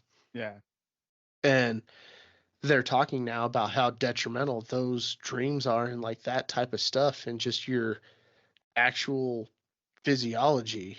Yeah, like your own How soul and just physiology is fighting back against what you what's been physically did done. to yourself. Uh-huh. Wow. And people, you know, not able to really transition back. Oh, you can't. But Once it's lopped off, yeah, it's lopped off, man. yeah, it's kind of, there's a lot of reconstruction there. But talking about how it's impacting their mental health, and that's why it's such a big, huge thing. And there's a big group of people that are standing up for don't you fucking touch those kids. Mhm. Don't even say that it's okay for them to do it. Don't, nothing before the age of, 18, 21 Insane. type thing, Yeah. because it's, they're seeing the impact of it and how it's hurt them, and they're starting to speak out about it. But we've digressed a little bit. But some of the colors on that flag now, because there's been new colors added to their pride flag, is for Mhm. people that like touch kids, and it, like, the whole triangle part of the Yeah. flag. I mean, Yeah. they've already stolen the rainbow. We didn't agree with that. Nobody talked to us about that. Um, that was supposed to be God's promise, and all of a sudden the rainbow's gone. Don't know how that happened. But the triangle part, there's a lot of freaky shit in that triangle part of the flag. And I personally haven't looked at it that close, but I've heard about that, how they're trying to put out a new scientific name for it, as the people who identify as such and such, that those they pedophiles. yeah, they're pedophiles, and we're supposed to just let that go. Yeah, we're supposed to be Like okay with that. we're supposed to be okay with that. We're supposed to sign off on that. Nah, dude, Fuck all that. not getting I my signature on that. I I'll do get not agree. no. I mean, just think about this. We were talking about a 6-foot dude that decided he was going to identify as a female for female jail, and to get put into a women's correctional facility. Imagine a 6-foot dude walks into a freaking ladies' room while you're at Target with your kids. Yeah. That And he does that identifies as does this, so it's okay that he can touch your children. yeah. Get the fuck out of here, man. He's a dead man. That's what I'm saying. That's Dead. dead. You know what I'm saying? Like there's no way. Yeah, and No that's the way. thing, is like there's been no checks and balances in this whole thing. And for you know, I, have a gay pride day. I get it. It took a lot of courage, intestinal fortitude. I already said it. To come out and say that you're gay, Mhm. right? It, you know, I would imagine that it takes quite a bit of, you know, contemplation and everything else to do it. Say it to your family, risk, exile, like you were saying, and rejection and everything else, right? Well, I yeah, that's worth a day. Give it a day. June 1st, you know, June 2nd, Sure. right? It's all yours. Yeah. But a whole month, A whole like month. a whole month, veterans that died in service, Medal of Honor winners, they get a day. They got a day. A And day. then you got Juneteenth happening too this month. Yeah. And that's kind of washed over. I mean, it may not mean anything to you, but it means something to a lot of people. You know what I Right. mean? And the whole thing was about that too, is it seemed like it was a whole lot of pandering for votes at the time. I think so too, but at the same And time, it exists. I mean, it sticks. Like, I'm not mad about having an extra day off. Is it? Yeah. I never remember whether it's the 13th or the 19th. I think it's the 19th. Either way, I'm off that day. We'll So have if to you want, check to go on that. golfing, yeah, if you want to go golfing, pound some millies, let me know. No, we got to take like 40s of OE Of or OE, something. yeah, we know we should. We And should. then pour one out for the Or Emancipation Proclamation. or we take a 75 milliliter of Yeah. OG. And Fuck the OE when we got that, the OG. yeah, we got the OG. Yeah. The OG. That is a better idea. Yeah, we even have the Healy or the Utah Lee. No, yeah. So Juneteenth, it is that makes more sense to me. I think it was a holiday that was created from a little bit of pandering, but that makes sense to me as a day. Mhm. You like the gay pride, that makes sense to me as a day. If Yeah. if dead veterans get a day, yeah, you can have a day for that. It's courageous in your own way. Yeah, happily give You've you a you've day. overcome some stuff. Yeah. Um, And you can and have your parades throughout the weekend yeah, of that day. yeah. That's Tear it up, fine. That's fine. tear it up. Leave the kids out of it. Keep your pants on. Yes. Parents that are taking their kids to those parades, we shouldn't be, subjecting kids to things like that. Um, as far as I'm concerned, stuff like that is grooming. It's okay, if you have somebody, in your family that is gay, that's fine. You can celebrate them, stuff like that. But like, don't take your kid to a place where grown ass men have their pants off. Well, And and when you know they're going to do that, I mean, it's not going to be a surprise. I mean, you yeah, know it's going down. You know what I mean? And to knowingly do that when you know stuff like that is going down, I think is irresponsible. yeah, yeah. No, that shit fires me up for sure Yeah. because it's hurting kids. It's confusing kids. Um, you know, I, I was pissed off at like MLB because they changed the MLB logo. I'm like, I dude, this is baseball, dude. Like, yeah. why are we changing logos and stuff like that? And it's only okay here in the United States. Yeah. You go anywhere else in the world, other than maybe like Canada and the UK, because they've turned into a bunch of bitches too. It's not okay. The flags, the flags don't change. If that shit happens that shit happened in the Middle East, they lose all credibility. Oh yeah. They don't recognize any of that in the Middle East. Yeah, it's like one of those times where I'm like, man, we should be more like the Mexicans. Well, uh, They don't change their flag for shit.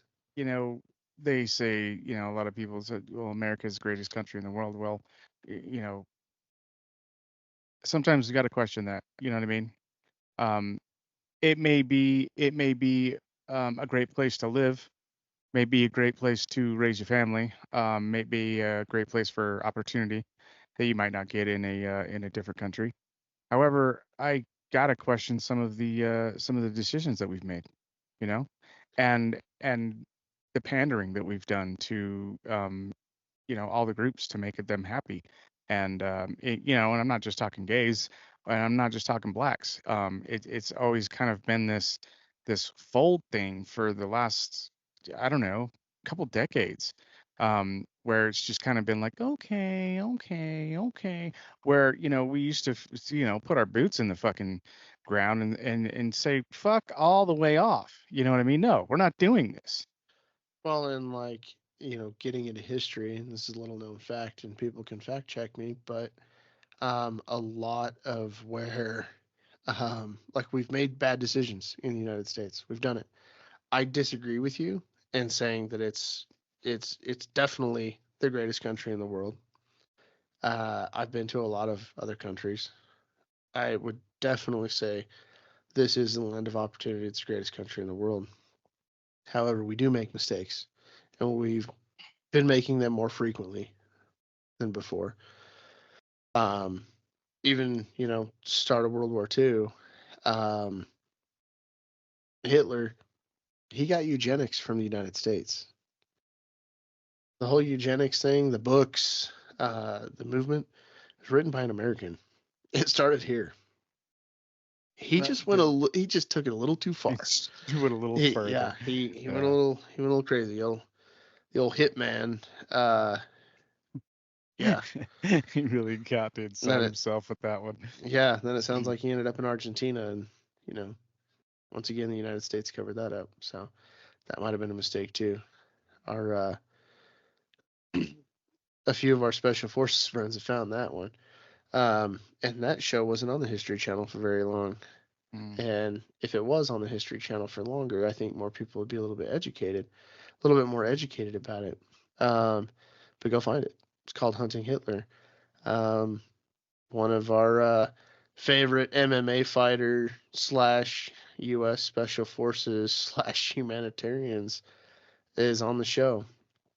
So yeah, go check that out. But they pretty much proved that, the Third Reich was down in Argentina and South America, and they were just planning for the Fourth Reich, man. Mm-hmm. But so, I mean, America has had a lot of mistakes and missteps and everything like that, but it's definitely the greatest country in the world, especially after going to a lot of them. And, I saw this thing. It was funny. It was talking about how Americans are not well traveled because we don't travel to Europe, and a lot of us don't travel to South America or Mexico or anything like that. And there was this, I forget what his name is, but he's from the UK, and he's been in the United States and trying to hit like all the states and trying like biscuits and gravy and shit like that, and just trying to embrace the American culture, and he's like documenting it on TikTok and Instagram and stuff like that. He's really funny. He's like, why they don't travel? Why they say Americans aren't well traveled? It's because this country is massive, and going from state to state is like going into a different country.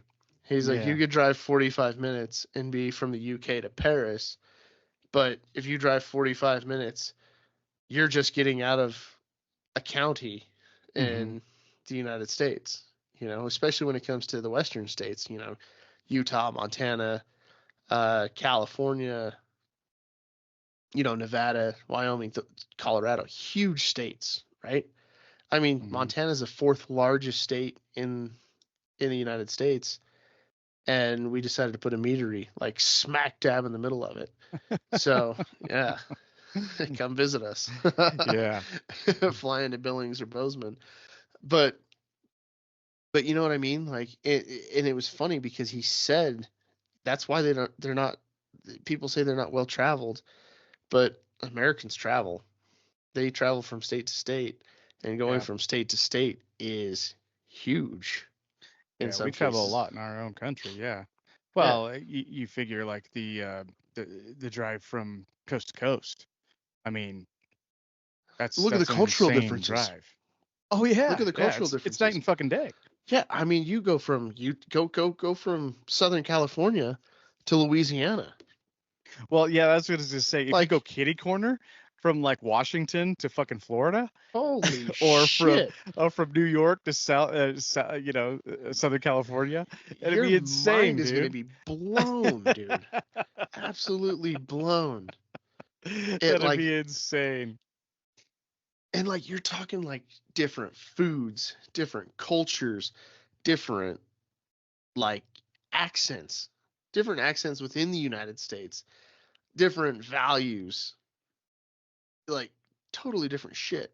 You know what's pretty funny? I was listening to actually this podcast today, and there was this guy, and he said that he grew up in this little podunk town of Kansas. I can't remember what it was. But he was a black guy. Well, he's a mulatto guy, and where he grew up, there was only like maybe like 10 or 12 black families, and the rest was white. That was it, and it was a small town or whatever. Yeah, he had a great childhood and yada yada yada, but he didn't know what a Mexican was. He didn't, and well, yeah, he had never seen a Mexican, and he had never seen an Asian person in his life until I think he went to college. I think he said he went to college back east, and that's the first time. Like, imagine not seeing a Mexican or an Asian person until you're like 18. That'd be insane. Oh yeah, that'd be absolutely insane, dude. And we're from Utah. Yeah. And everybody thinks it's just like dust and fucking Mormons out here, but it's not, Yeah, no, and that's in some parts, but in the cities and in the valley, it's very, very diverse. Yeah, no, the pligs are out there like running like tax evasion schemes and stuff like that. Yeah, there's nobody out there. no Mexicans, blacks, or Asians in that portion. Yeah. But yeah, it's totally crazy that he would say that. Not that he would say it, but that he experienced that, because Kansas, middle of the country. Middle America. I guess there's not a whole lot of reasons for anybody to go there and visit, unless they're gonna You're seeking pick, asylum. or you're going to pick up somebody from, was it Leavenworth that's down there? Yeah. A federal prison. I had a really funny story about a guy that I met in the airport there that was just getting out of federal prison. That Those went are in always good as conversations. he went in as a lance corporal. In the Marine Corps, and got locked up for like 5 years. Oh wow. Like, wow, sucks to suck, bro. As a lance corporal? Damn. Yeah. I'm like, wow, I need to know this story. Story for another time. But yeah, no, there's really not a whole lot of diversity there. Credit to the Mormons here in Utah. They actually bring in a lot of different cultures to Salt Lake and everything. There's a whole lot of diversity. Yeah. That they actually bring into the city, into the state, because of the missionaries and all that stuff. I guess the Mormonism doesn't always stick. Sometimes it does, sometimes it doesn't. Once again, don't really give a fuck. That's their thing, not mine. Kind of like the whole gay pride thing. Your shit, not mine. My frustration comes from, don't do it in front of the kids. Just have a regular fucking parade.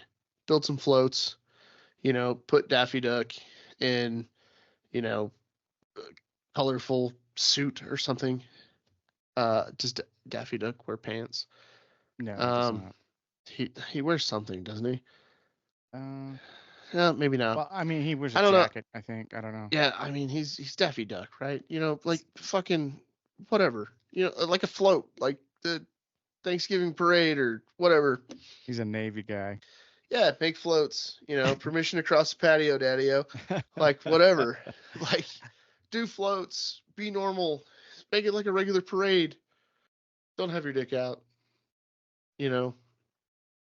So I guess just keep your lower parts out of it. yeah, and that should be just something in general that we all should do and we all should respect, and we, whether you're gay or not. Like, I mean, it's yeah, I mean, it's, I think it should just be common sense. Like, I don't care if you're wearing a shirt or not. yeah, I really don't. it's common sense. I really don't give a fuck about that. Have your shirt off, be topless. I don't fucking care. But like, keep your fucking reproductive bits to yourself.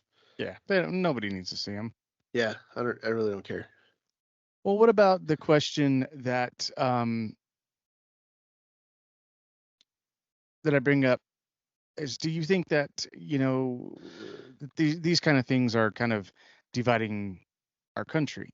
Like people that have kind of the opinion our way, and then I guess the other side that fully believes that they should be able to have their junk out, fully believes that they need to coin a medical phrase for it to be okay for them to touch people, and or touch minors, and do all this kind of stuff unchecked with no checks and balances.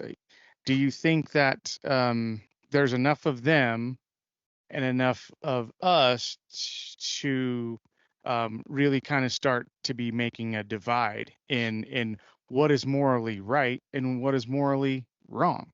You know what I mean? No, it's very divisive. And it's the people that are afraid to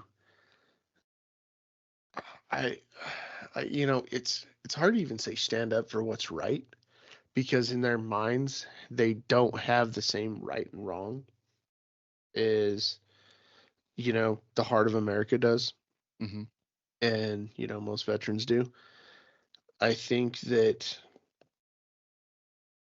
there's a like overwhelming mental health crisis going on in America, Most definitely. and it's definitely perpetuated by the media and the the pop culture that we have now.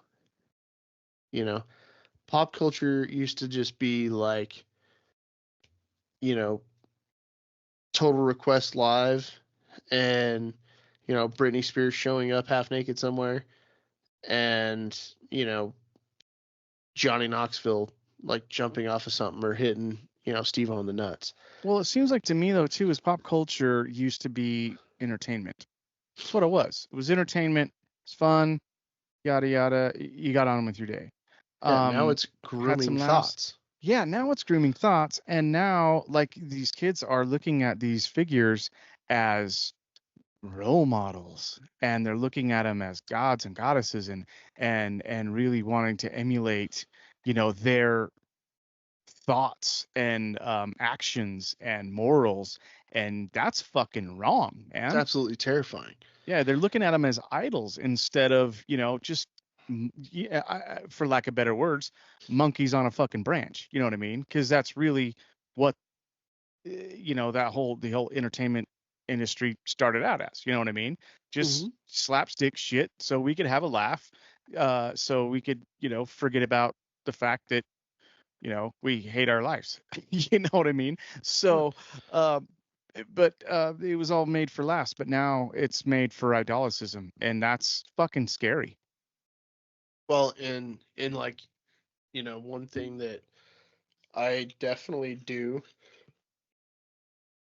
is, for at least, my kids and the kids that are in my charge, is I definitely am helicoptery when it comes to what are you guys watching? What are you Yeah. guys doing? Like who's really cool right now? What songs are cool right now? You know, and encouraging them to pick like MLB guys. Like Yeah. you should emulate that guy. Let You those should be guys be like your heroes. you should look up to that guy. Mhm. Giving them baseball cards. Look at this. Oh shit. And and that's one of the things that I love about the kind of baseball culture that we've created, and the I guess the baseball culture that um that we've created on the team now is we give away baseball cards, right? Yeah. We give the That's kids cool. baseball cards That's cool as after shit. games. What the Yeah. fuck is a baseball card? 2 years ago, I mean, the kids didn't say fuck, but what's a baseball card? And Yeah. now they are playing their asses off to try and win a game ball when we win, That's fucking or cool. a game card, a baseball card. And the kids that do good get a baseball card. Do a little bit of So motivation. now these kids are like, dude, baseball cards are cool. These guys rock, and I want to be the shortstop just like this guy. Look at this guy's Yeah. stat. Like that's what I'm saying is like baseball players have, as far as I'm concerned, and I'll fight you about this, the most class, a shit ton of talent, and the hottest wives. Who wouldn't want to? And who wouldn't want to be a baseball player? Yeah. Yeah. They're definitely first class. And the confidence that you have to go in there and know that you're gonna fail, and the confidence that it takes to walk out every single time like you're a big dick in a locker room Mm-hmm. and know that you're gonna fail at least 50% of the time, Yeah. Well, more than maybe that. 75. Yeah, because You you know, figure, a great batting average, was sitting around 350. That's literally it's what it failing. used to be. Yeah. Maybe Now a I've been great around the batting stats for average is too around long. 290, Oh, no shit. 280. Wow. Yeah, I mean, Yeah. this is insane, right? Like these people are these dudes are hitting dingers, right? Lots of dingers, lots of RBIs, tons of strikeouts. but it's a game of failure. It is. And failure is important. We've talked about failure, and, you know, pointing these kids in the direction of, dude, that guy's a stud. Because that guy, he goes out there and he fails 6 times out of 10, but look at the confidence he has. Mm-hmm. You know, look at what he does. Look how he treats the fans. Look at how he, look at how he carries himself. That stuff is, those are important examples, dude. And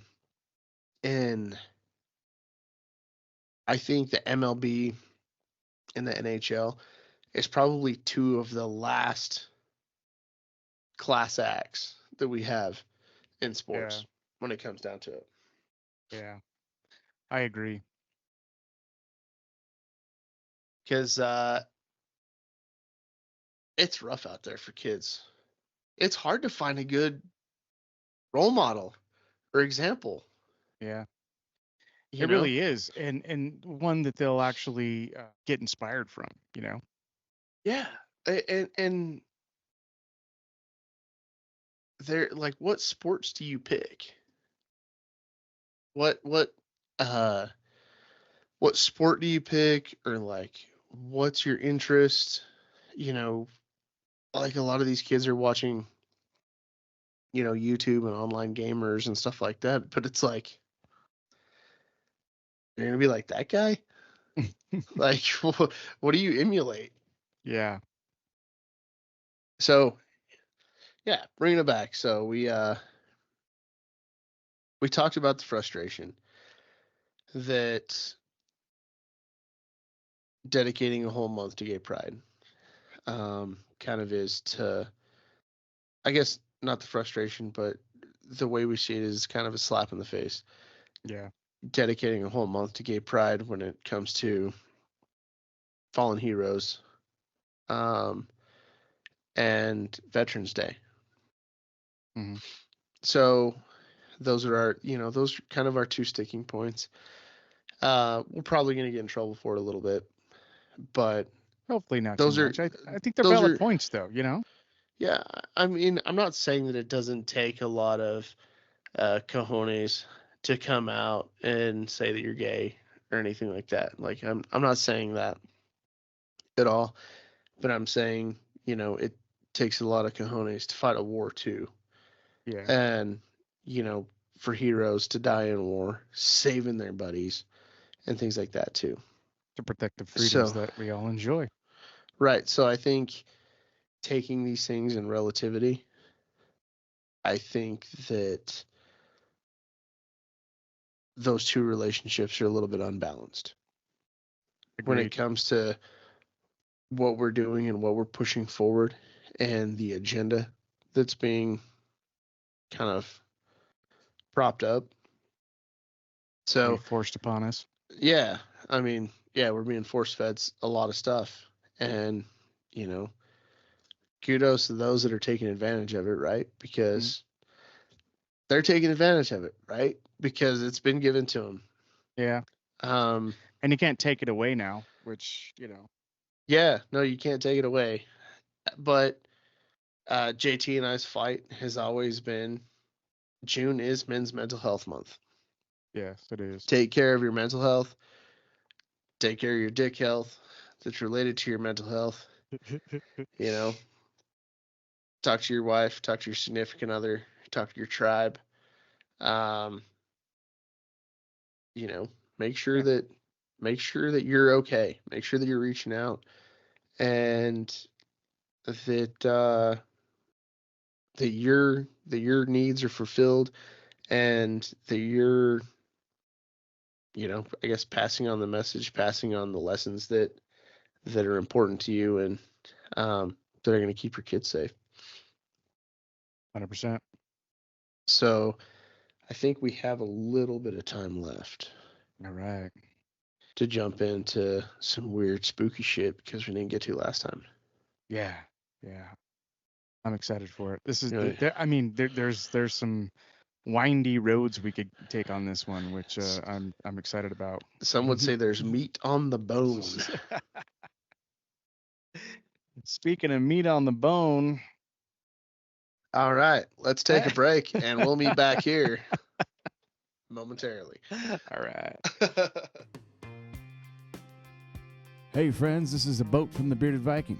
Just want to remind you that the flavors are going fast. Hurry up and get one of the first 4 or all 4 of the first 4 while you still can at beardedviking.com. And when you get them, grab a buddy. Remember, June is Men's Mental Health Awareness Month. So grab a buddy, have a meetup, talk to your guys. Cheers, motherfuckers. Nah, that's just your mustache guy. Dude, my mustache is on point lately. Is it because you shaved the rest of your face? No, I didn't have to.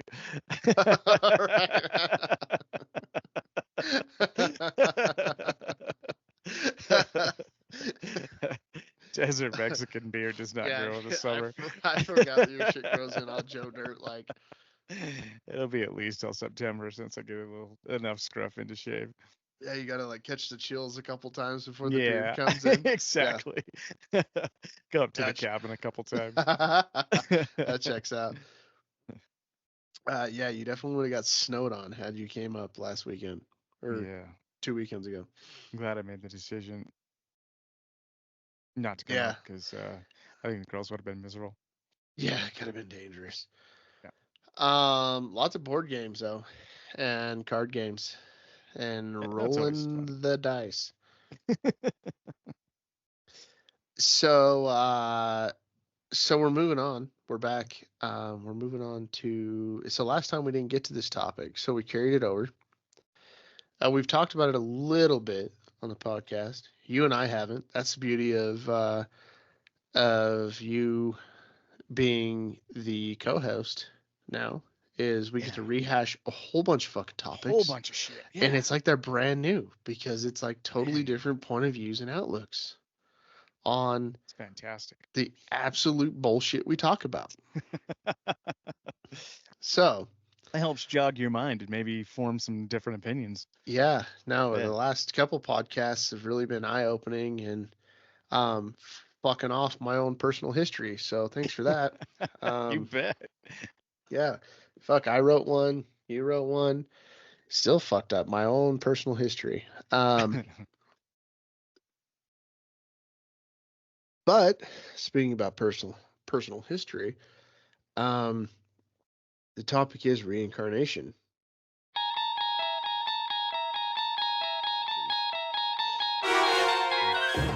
And it could be in the general sense.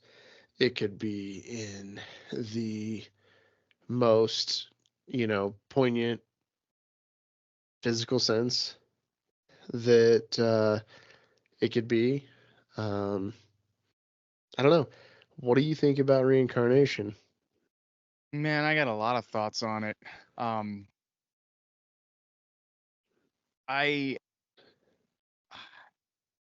There's a lot of thoughts because I don't believe that the screen just goes black. I really don't. I believe that we either move to another plane or we're reincarnated back to this plane. Now, how we're reincarnated though is the question. Like I've always thought this, like, if you're a human, are you reincarnated as a human again? Like, or like if you fuck up so bad, are you going to be like reincarnated as like squirrel? I know. Or does it have to be like a sentient being? Yeah, I don't know. Like how does that work? Well, that's the kind of thing. Like, I think it's like kind of fucked up if you're a human and you're reincarnated as a rock. You know what I mean? I don't Because know if then it works like inanimate objects. who knows? You know? Yeah, I hope that I get reincarnated as like one of my dogs. like, or somebody that takes as good a care of their dogs as I do, because these fuckers, Oh they don't man, pay they are living the taxes. life of They luxury over always get fed. They got there. They heat always get and fed. AC. Like, fuckers, dude. It has nothing to do Like, but lay I don't want around to be and like one of those Afghani street dogs, because that would fucking suck. But like, well, life's you gonna know, be short if you're one of those guys. You're not gonna yeah, last long. I want to be You'll be in reincarnated and out as in a couple of years. a dog of somebody that owns a boat or something, because I feel like that's gonna be a pretty good life. Yeah, You know, be a pretty good life. pretty stable. You know, Yeah. And that's kind of the thing. Like, are you reincarnated back to like the timeline that we experience or the way that we experience time? Like, uh, like say you're reincarnated back to, uh, World War II, or you're reincarnated, as a person in World War II, or you're reincarnated as, somebody in the 1900s or something like that. Um, or are you reincarnated as somebody that lived in the biblical times? Um, or are you reincarnated as, uh, an indigenous person here in America before, like you're you know, talking about, like being like reincarnation going back in time. yeah, Whoa, whoa, yeah, dude. because there's, yeah, so Whoa. what are the That rules is on that? that is an inappropriate thought. 'Cause I have never thought it. But there's, because you've I never don't like thought it, it. because there are no Fuck. rules I have to never thought about going reincarnation. back in time as that. Yeah, Yeah, you're a douche. that's, Why would I you can't do believe that? you never thought of that. Why the fuck would I? Why Uh, wouldn't you? because we're thinking about going forward all the time, and like the next thing, and like the next best thing, not the next old last thing. I don't know, dude. I don't Oh, you know really if just, yeah, you mind fucked me. You're gonna hurt a lot of people out there. You just broke a lot of fucking hearts right there. I like it. Because the thing is though too is No, you're a son of a bitch. That's the last in time our I give you 2 weeks to think about a topic, you sack of shit. Why would you do that? I I told you disagree I was with excited to everything. talk about that topic. Holy Um, shit, dude. well, my thought is Did though not think is about that. if you as a being have never experienced our future, then the best you can be reincarnated as far as seeing said future is like being reincarnated as a baby, th- as soon as you die, the same year, same time, basically. Like you died, this baby's born with your soul, and it's still the year of whatever year you died. You know what I mean? So, and then Holy you shit. you live your life into that future. But having us not having lived into that future, we don't know what that future looks like. Um, and the thing is if we could be reincarnated into the future, then that would suggest the existence of the multiverse, because then you have another universe that has already superseded us in time and space, that there's already a future happening that we don't know about, that we can't see on the plane that we're in. So I agree that time is not linear, but I feel like that it moves at the same rate, right? So you're really throwing a wrench in the game about moving forward and back in time with a reincarnation, because a reincarnation generally, um, I guess in the most general sense, describes the life after, not Okay. the life before. Um, but there's nothing that says reincarnation isn't a lot of years in the future. Nothing saying like you die and then all of a sudden you're reincarnated and, you're sucking on your thumb and playing with a rattle. right? And there's nothing that says like you are reincarnated as the same gender as you were before, you know. So it's a very uncomfortable topic. It's It a really perfect is. topic for tonight. Like, can you be reincarnated and then be like, wait, I used to like dicks because I was a Right. chick, and now I'm reincarnated as a dude, As a dude. so now I like dudes. I don't know. So Holy shit, we've just fucking popped the can off of something else. yeah, I told you that Yeah. this is a long and windy road. Yeah, you've really fucked some shit up here, guy. So if you say that, so my thought on a general reincarnation would be, you're reincarnated back into our timeline and our existence, right? Now, if you were going to go to the spiritual realm, I don't think that's not the same definition as reincarnation. Well, that's what Um, that's the opposite of what Billy Carson says. I haven't seen Billy Carson's definition, but We listened to it together, guy. uh, yeah, I'd have to re-listen to it again. You And I were will. you were bobbing for cock on the ride back from Montana. I was sleepy. Long weekend. Yeah. Yeah, no, go ahead. I am. Well, that's what all I'm saying is that so you can be like if you were to go to a different realm, I wouldn't consider that maybe, not basically not damning anything that Billy Carson said. He's a very intelligent man.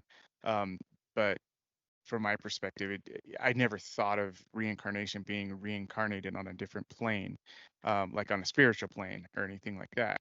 Um, Now, there's, and what that looks like is anybody's guess, right? Well, so there is a definite difference between um I guess reincarnation and a being reincarnated on a different plane, right? So even like studying like Eastern religions, I guess maybe you could even say uh dabbled in, because a couple of semesters of college. I don't know if you can call that studied or whether it's dabbling, Mhm. but like reaching nirvana and then reaching, um, being reincarnated was a lot different than I guess maybe the Western perspective of it. And I like the thought of, maybe being reincarnated back in time, but that also tends to change history, right? So there would be a butterfly effect if, say, you were reincarnated back in time, did some really fucking cool, like heavy big dick shit, and then all of history had to reflect that. So there's a big butterfly effect going forward. Sure. So you have a lot of Mandela effect. You have a lot of rewrites of the future, right? Hmm. So I guess the next question that I would ask is, I don't, you know, uh, bringing Vico back into this. Um, he grew up on religion. Now he's Norse. Um, and, you know, you and I, we share Christian beliefs. Um, and reincarnation is not really touched upon in a Christian belief. Hmm. As far as Norse beliefs, I think it goes back and forth a little bit. Um, Obviously, you die, you go to Valhalla, but there's like still some instances in Valhalla, in the Norse beliefs of coming back. Um, Christian beliefs, like, you know, Christian beliefs, Jesus comes back. That's not really reincarnation. Same dude, same thing. Mhm. You know, sorry I called you a dude. But it's really not talked about. At least as far as I understand in the Bible. But it is talked about a lot in a lot of other different religious texts. Mhm. So there's a saying, and we hear it a lot. At least I hear it a lot, that, you know, oh, that person's an old soul, Yeah, I or was gonna that bring that kid's up an too. old soul, Mhm. that type of thing. And that speaks, you know, exactly and primarily to, this isn't the first time they've been here before. Yeah, that soul's been That type of around. thing. Mhm. Yeah. And I tend to believe that that's true. Um, as far as, you know, old souls and things like that. Because I mean, there's definitely been some instances of people and kids remembering things from past lives. We've talked about specifically on this podcast. I believe his name was James Langlier. He was a kid when he was like 4 or 5. He always used to talk about how he went down in an airplane and crashed his airplane, Mhm. and in World War II in the water, and um, he knew who his wingman was.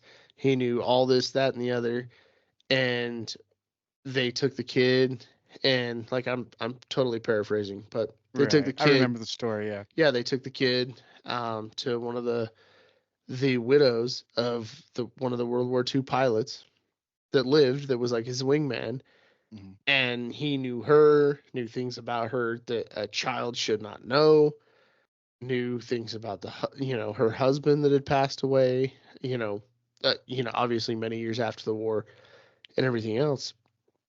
And that's like something that you can't fake, Yeah. right? So, uh, recycling souls, maybe. Um, That's. I was gonna throw that one out. Yeah, I was gonna say, well, what about this, buddy? I got one for you. yeah. So it's I got- maybe it's like it, and I don't see a like, you're a shit bag, so we're recycling this one type of thing. I think it was just like, it seems like there's many shapes and sizes of the recycling of it. Yeah, well, maybe like the good souls and the good Lost potential. intentions. Yeah, maybe lost potentials, or maybe not even that. Just good souls. And when their life ended in that body, then that was a good soul. So we're gonna recycle that one again to do more good.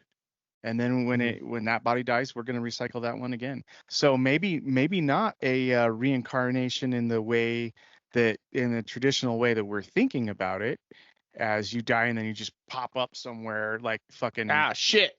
yeah, yeah, like that one TV show.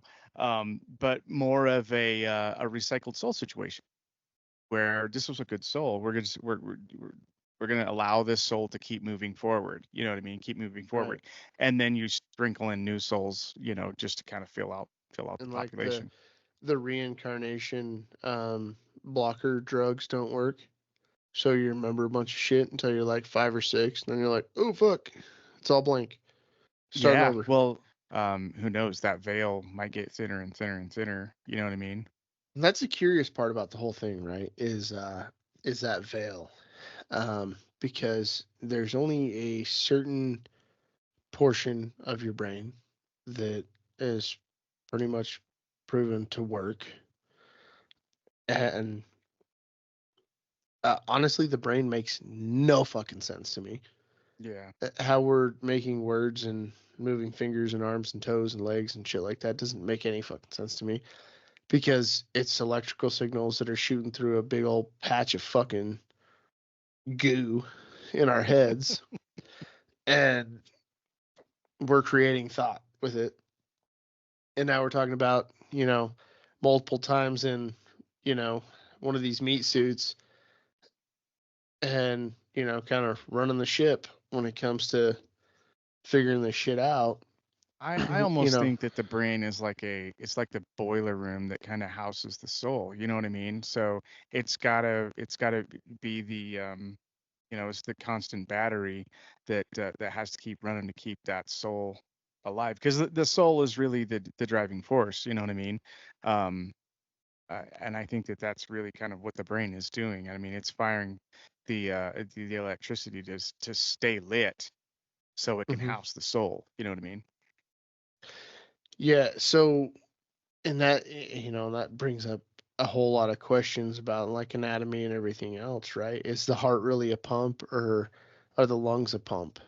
Um, and just kind of that whole medical understanding of how it all works. And, I'm not saying they have it all wrong, but I mean, people still die of dumb shit all the time. And we Yeah. have a bunch of redundant systems. And the only thing that's not redundant is the heart. Hmm. Um, there's a lot of weird shit going on. Yeah. Uh, and us laymen don't really understand all of it. And I don't know that all of it's being taught to its highest potential, but that's no. Um, I would say, as far as that saying being an old soul goes, is especially with kids having a easier understanding of an old world understanding or knowledge, Hmm. The way the world and works, the way a it's much made up. yeah, a much calmer outlook on it. Hmm. And so I'm going to throw myself out there as an example. Some of you can take it or leave it or whatever. But um, there's a lot of times where it seems like, there's things that are being talked about, and it seems to me like there's no fucking way I should understand what's going on or have Hmm. an idea of what it is. But it's like, oh, yeah, okay, that makes sense. Yeah. Let And me it add just to this. clicks. Let me add to Yeah. this. That type of thing. Hmm. I don't know if that happens to everybody, if that happens to you, if it happens to, you know, if it's just a normal thing. But it seems Hmm. like that type of like really dumb old old world understanding and knowledge, it just comes really easy. Yeah.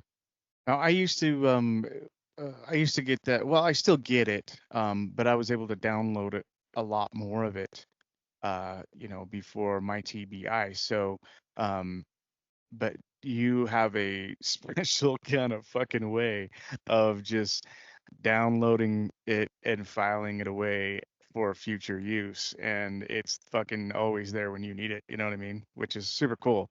And like we've said a ton of times, that you just know a lot about everything. You know what I mean? Or a little about everything and a lot about a few things. It's really fucking, it's really weird. And if we just to, like put it in perspective, I didn't work hard at school Yeah, yeah. because, School's a fucking breeze. well, it's like you don't, then you didn't really have to work that hard at school. Hmm. Um, especially as an athlete, student athlete, baseball player. Uh, so you kind of got a free pass about a lot of stuff. So I mean, like, wasn't like overworked as a student. Hmm. Like I learned some shit, knew how to do stuff. I did what they told me. Um, then in college, same type of thing. But the type of things that come up and get spouted off sometimes, it to me it seems like I'm like, oh, where the fuck that come from? I don't remember learning that, or like where I learned it, or when I learned it, but that should happen. Well, I guess with me too, I saw that concepts and logistics came really easy to me. So, whether it be a math problem, whether it be something science based, or even like you go into English and like geometry and shit like that, um, you know, all that was it just really came easy and it came fast because there's a simple. I mean, not all the concepts were simple, but to me, they were simple. Here's the concept. Here's the logistics behind it. It's a breeze. It's done. You know, and that's I don't know. I guess that's why it was a breeze for me. And I didn't really have to try that hard. And it was kind of one of those things where, I could, the teacher could explain it once and then give us an assignment for class and a homework assignment, and I could have them both done before the end of the period because it was just I got it. You know what I mean? And See, and it I did the clicked. opposite. I was like, I got it, but I'm gonna do it 20 minutes before class. Like that was like even like we've talked about it before too, even like for college and JT and our assignments and stuff like that. We're like, yeah, 20 minutes before you have to leave for class, get it to this guy. We'll get it all typed up, get it submitted, it'll be good. Yeah. It was just it was that just really easy part. And I'm sure there's other people that pick up on things that are like that, really easy. Um, but I want to know, specifically how many people feel like it's kind of an old world knowledge, like they've been here before, um, or like, you're just really fucking smart. I don't know, man. I think I tend to believe it's an old world knowledge. You know what I mean? And it's an old soul type knowledge. I've been called that a lot, and really there becomes a point where you're like, oh yeah, yeah, yeah. But when you're being called that and you're seeing children being called that from a very young age, because right off you just kind of chalk it up to, logistics, wisdom, blah blah blah. You know what I mean? You learn easy. Um, but like you see children, you know what I mean, which are, like under 5, and they're just blowing people away with the things that they're saying and the things that they're doing. Um, you can't chalk that up to wisdom. They have no fucking experience. You know what I mean? Mm-hmm. So how do you explain that? And I think that this is a perfect example of how that it can be explained. Yeah, and there's a lot of there's a there's a lot of different examples going back. Um, be, and I say going back because all the examples that I know of are the exact opposite of what you're talking about. Is you're going back because you're already forward. You're going back in time as that soul. I remember that I did this, this, and this, and now I'm here. And then by the time they hit a certain age, it's just erased. They remember what they said, and they remember all the things that were written down. Or in this case of James, the media attention that it got, Hmm. but after a certain age, it's gone. Yeah. Yeah. What do they call that? How that age of it's like between like born in 5 or something like that, or born in like 7, where like you're like the veil is so thin between the world you came from and the world you're in, and then like as you age, you know, from like 5, it gets thicker and thicker and thicker until it closes. I can't remember what that concept is, what they call it. I don't know what that's called, but that also begs the question of and we've talked about this before on the podcast, is it the pineal gland? Is it becoming calcified at the age of 5 or the age of 6? Mm. Because that's when they get that big second or third round of shots. Mm. And they've drank enough water to calcify it, and they've ate enough of this fucked up food to calcify it. Is that why it goes away? Fuck yeah. I Is mean, that why that reception goes away? Because there's a thing called the I think it's the caustic record. It's acoustic records.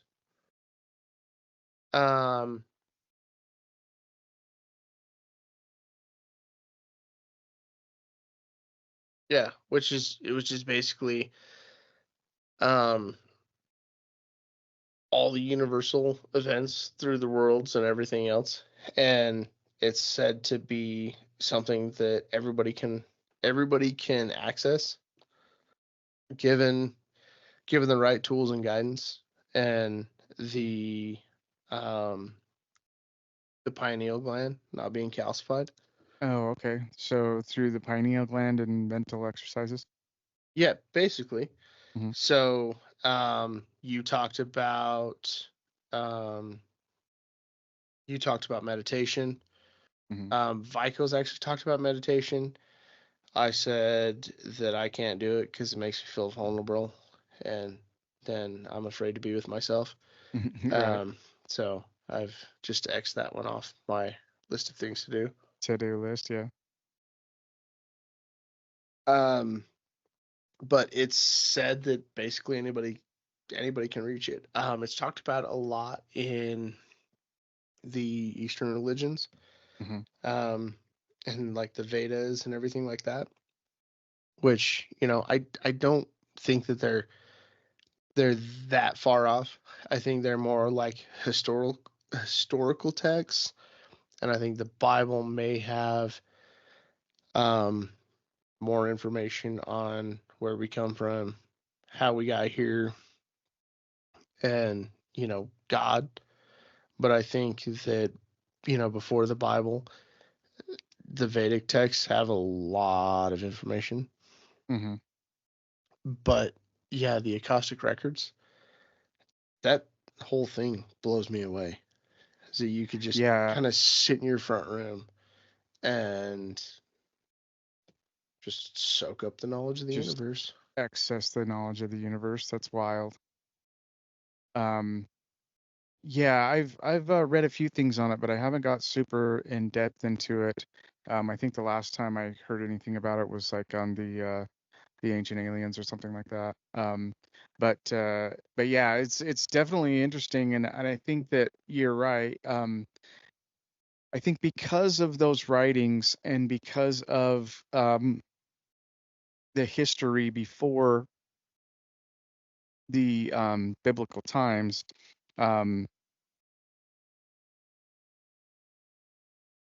they have to be given some credence, some credit. You know what I mean? And especially because you have this culture of people that, I mean, their history goes further back than we can even account for. Living their lives to attain and achieve these kind of things. You know what I mean? Like literally, like, and they take that shit serious. You know what I mean? And they've taken it serious for a long fucking time. You know? So there's got to be something there. You know? Well, and you look at like the ages that people live to in the Bible, right? And and then now they're starting to look at the genes, and they're starting to find the genes that may have stopped us from making it 80 or 90 years old. And, you know, who knows? Like, there's some people, you know, there's pictures of people that look like fucking Justin Timberlake and Keanu Reeves and shit like that. Like, maybe they figured that shit out and unlocked those genes, and you know, they're still alive or they're vampires or some shit, right? Well, what if that's a proof of the reincarnation? I don't know. Or Reincarnation doesn't not necessarily. not the reincarnation, but the reincarnation as recycled souls. You know what I mean? I guess it necessarily doesn't have to It have the wouldn't. same It wouldn't base. look the same. That's the thing. Is the reincarnation? I don't know Yeah, any maybe not. instance has the same. Has the even same family. I haven't seen a case of reincarnation where you're part of the same lineage. Born into the same lineage. You're That would reborn be into the same lineage. that'd be the tits though, because you'd have all the foreknowledge Mhm. of, you know, what not to Of do. yeah, well, and everything that you did too, and you can just kind of when you're of age, you can just pick up where you left off. Yeah, you know, and like I don't know, yeah, if you've kind of like ever felt this or like people feel this, but have you ever felt that you're supposed to, you know, be somewhere else? Yeah, a lot. Like A lot. geographically? Yeah, I have a hard time with that. I have a really hard time with that. Like Where wrapping my head around it. so like where geographically do you feel like you should be?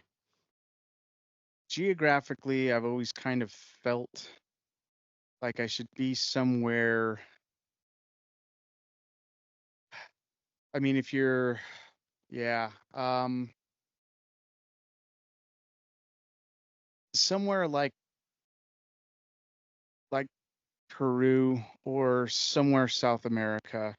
Um, like yeah, like the desert Mexican I You am. fucking beaner.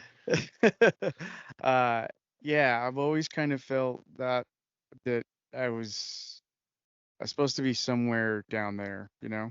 Yeah, so mine's not much different than yours. Honest, You fucking mine, beaner. yeah, you fucking beaner. Like Uh, South Texas. no, not that beaner, not that beaner. No, and no, legitimately, like like South Florida, um, Keys, like Puerto Rico type place, like places that I have legitimately never fucking been ever.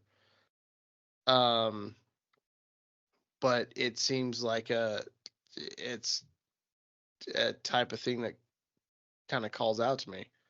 Well, I see, don't and know. I felt this way because like I've seen these types of places in dreams, you know what I mean? And then just kind of felt that's where it is, you know what I mean? Like you know how when you're in a dream, you just kind of it's just a This is where it given, you makes the know, most yeah, sense. you know where you're at. Um, but yeah, but seeing those kind of landscapes in dreams has really kind of cemented that type of feeling for me. Yeah, no, that makes a lot of sense. You know, you got your Peruvian jungle genes, and I look like a fucking conquistador. Some fat and have facial hair. You know, I don't fucking know. You just need a big cape and like Yeah, in swashbuckler boots you look like you're hitting people over the fucking head with jade with sticks and foams. fucking.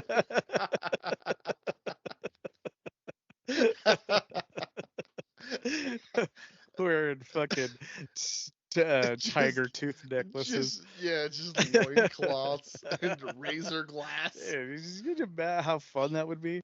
Oh You just run man. around the jungle causing Yeah. havoc. Yeah. And I'm just over here like it's a pirate's life for me. Just trying not to get scurvy.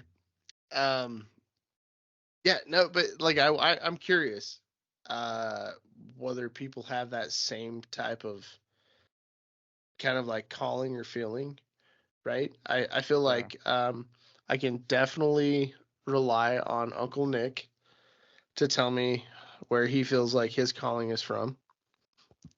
Right. Um, the Boondock guy, I feel like he will answer very, very honestly, Yeah. and he is in Florida. But like he may have a touch of Nordic in him. Mhm. By touch, I mean he should probably be way further north. So we'll Than where see. he's at. Yeah, we'll see. We'll see what Boondock thinks. This is a very interesting segment, I think, because a lot of people have different ideas about reincarnation, but I think people have a lot of different instincts and a lot of different feelings that they don't know where they came from. I But agree, and I go ahead. but they have them and they have no idea what to do with them or no idea how to file them away. Hmm. Well, and in no way to really kind of come to terms with them because there's so many unknowns. And I guess like going just a step further, everybody has such a different idea of not just reincarnation, but what happens next. You know what I mean? Mhm. The afterlife in general. Um, and and really, I love the subject because I love to hear different people's opinions. Um, I don't like different people's opinions forced upon me. I don't think anybody does, generally. But at the same time, I'm very interested to hear, you know what I mean? It's the Because ideas. yeah, The ideas. but then what are you basing those ideas on? Yeah, What are you basing them on? what's your background? Yeah, Yeah. What yeah, what is your core knowledge and what has moved you to believe what you believe? yeah. And what have you experienced that you're going to take that concept to the grave, so to speak? Yeah. Or You know? can you be convinced otherwise because you have a weak disposition Or yeah, you have no base knowledge on why and you you think have that way. no fucking clue what you're talking about? That's really your motivation in life is to just change people's fucking opinions. And I got you fucking Yeah. twice in two Yeah. podcasts, so Yeah, I'm no, proud of that. you're 2 for 2. Um yeah, but I'm not afraid to admit when I have a different change or when I have a change of ideas or a change of heart. And I think that's one of the most important things about this podcast is we are very opinionated. Mhm. We have our ideas. We have the things that we will not bend on.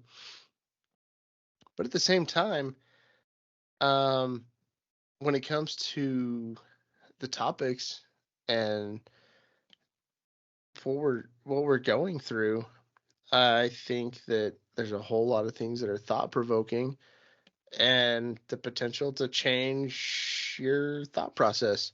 I think if I'm able to change my thought process, being as big of a douche as I am, it should be very, very appealing and I guess not welcoming, but encouraging to Encouraging, those yeah. that may think one way, but they might be encouraged to see things another way. Well, I think it's a good exercise in growth, you know what I mean? And being open and honest with yourself about about admitting to yourself that you don't fucking know everything. You know what I mean? And I Fuck think that no, dude. but there's a lot of people that really kind of need to admit that to themselves to be able to grow. You know what I mean?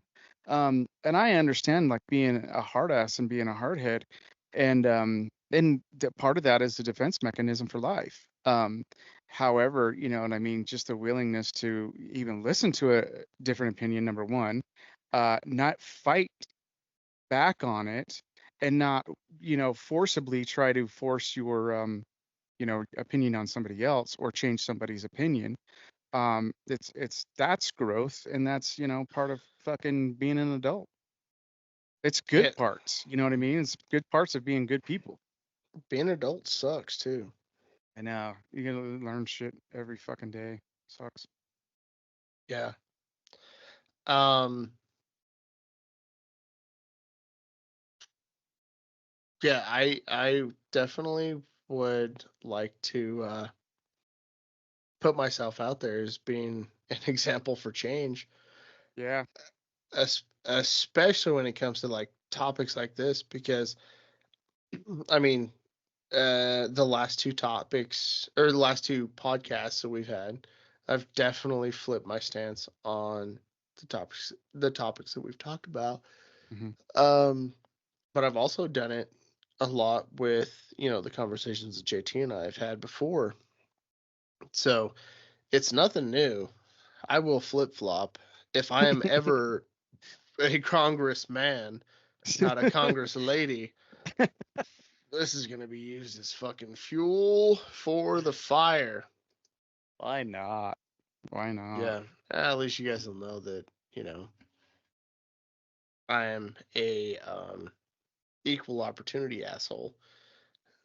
Yeah, I want. I mean, we always ask for you guys to sound off in the comments. But I would like to really see some comments. With this was, I think this is a really good and interesting podcast, and there's a lot of good info, and hopefully we didn't bend your ear for too long, but really like give us some feedback, because the thing is too is if there's if your feedback sparks another topic. Yeah, I'm willing to fucking talk about it, and I'm willing to bring you on the show, and let's just have a chat about it. You know what I mean? And you don't have to stay the whole time, but let's just have a chat about it. Let's like not be afraid to talk about it. Oh yeah, especially with us, we're gonna get so um kind of moving on. We are gonna get into some live shows, and the live shows are gonna be more. I mean these ones are gonna be consistent, but our live shows are gonna be probably 45 minutes to an hour, maybe an hour and a half. And we are going to take, obviously the guests and comments. So um, if you want the inclusion, um, you want to have your questions answered, or to the best we can, um, or topics talked about, bring them up, and it's going to be more important to us, especially on the live shows, because then you're not going to have to wait, 5, 6 days to have it talked about. You'll be able to have Mhm. it answered right then and there. So, um, if you're supporting us here when we go to live shows, support us there. It's going to be awesome. Um, there's a lot of cool things that can happen over there on the live shows. We can talk about a lot more different topics a little bit more freely. So keep tabs on us, like, share, subscribe. And if you see us doing some crazy shit on Rumble, we're going to give you guys a big build up to it. So um, you guys will see when we're going to go live, how we're going to go live, how you can call in, how you can be a guest, those types of things. And let's continue kicking ass. Yeah. Let's do it. Um, yeah.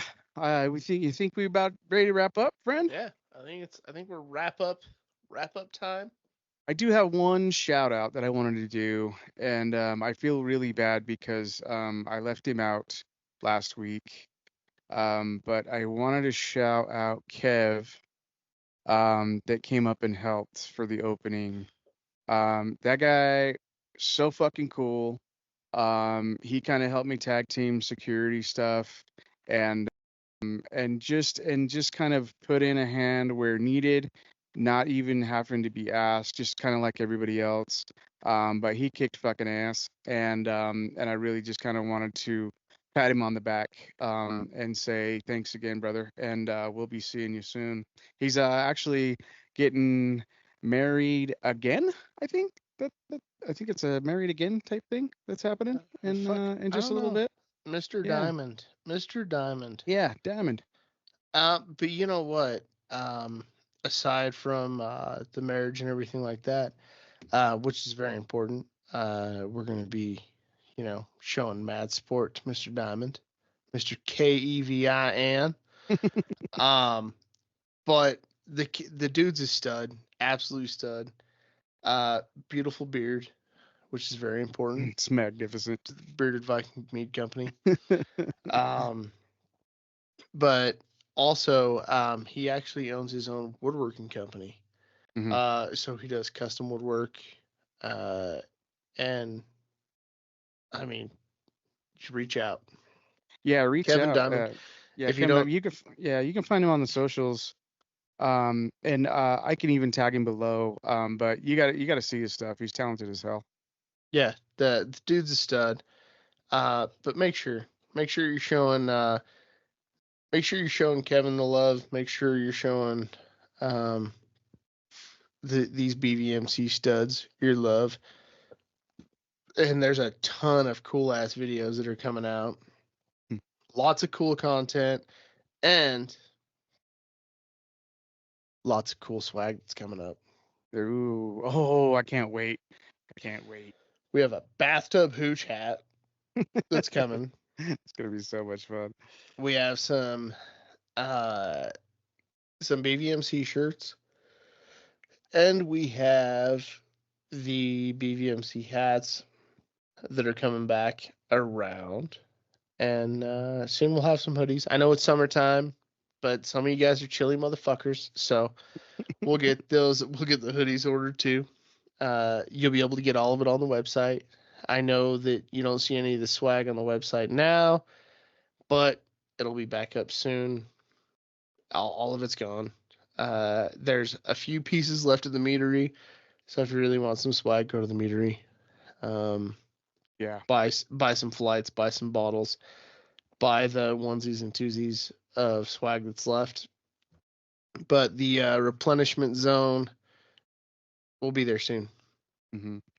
And also, if you haven't been following the socials, as much as we would like you to, just remember that there are 4 new flavors coming out soon, very soon, and look forward to those. And those are some of the best. I mean, they're all fantastic, and they're all top notch. But yeah, we're gonna have a lot of fun with them, and hopefully have a release party when we go up in the bottle, huh? Yeah, no, it's going to be your next 4 flavors to live off of. And we have the huckleberry mead. I very lovingly call it the tiger's blood because to me it tastes like a tiger's blood snow cone from your childhood. So good. You know what? Don't screw the kid in you. Get you some huckleberry mead. Yeah. Get the peach mead too. The peach I was gifted on naming. We named it Fewer. And that's fantastic. He said that the flavor totally changed and richened up, and it's just spectacular now. So I'm super excited to taste it now, like big time. You know, I could eat a peach for hours. So, do you want to tell everybody what fjord means? What the meaning behind the mead is? So it's the peach mead, but do you want to give everybody a rundown? Well, I think sneak the peek? meaning that we kind of took from it was the area that one fares through, as far as just kind of like the seafaring culture, and just kind of a pathway for us to navigate and not conquer, but keep moving forward. Yeah, there's a whole lot of words in Norse that are adopted in the English language, and you know, fjord, and the way it's spelled, the way it sounds, it's really a lot the same as, you know, fording through something, getting through something, especially when you're eating a peach for hours, you know. Let's get after it. Love me a fat little peach. Yeah, make some gas station pills ride to the occasion. Yes, they do. Well, on that note, let's wrap it up. What do you think? Let's do it. All right, you got a lot of editing to do. All I can say is, you know, for the listeners, you know, pray to your gods, pray to your Jesus. Let's pray for the boat to get better. He's sick, doesn't feel good. He'll get the podcast out on time because he always does, because he's a fucking monster. But we don't want him feeling like shit. We need him. We need him around. We need him doing some cool shit. And this guy is never wavering, so he definitely deserves your support. And thoughts, prayers, good vibes, whatever the fuck you have to give. Send it the boat's way. Let's Much get him. appreciated. Let's get him above the weather, not under it. Sir. Yes, sir. He hasn't been out to help me do yard work in some time now. I'm missing it so bad. Dude, I'm so white. This is usually the time that I even up my tan lines, so I'm really missing out on that. See, and I need my desert Mexican more than ever. My ankles are still so white. Very nice. Well, good episode, brother. I appreciate it. Yeah. Do you have any shout outs? Any more shout outs? No, Kev Dog was the only one that I was going to shout out tonight. So. All right.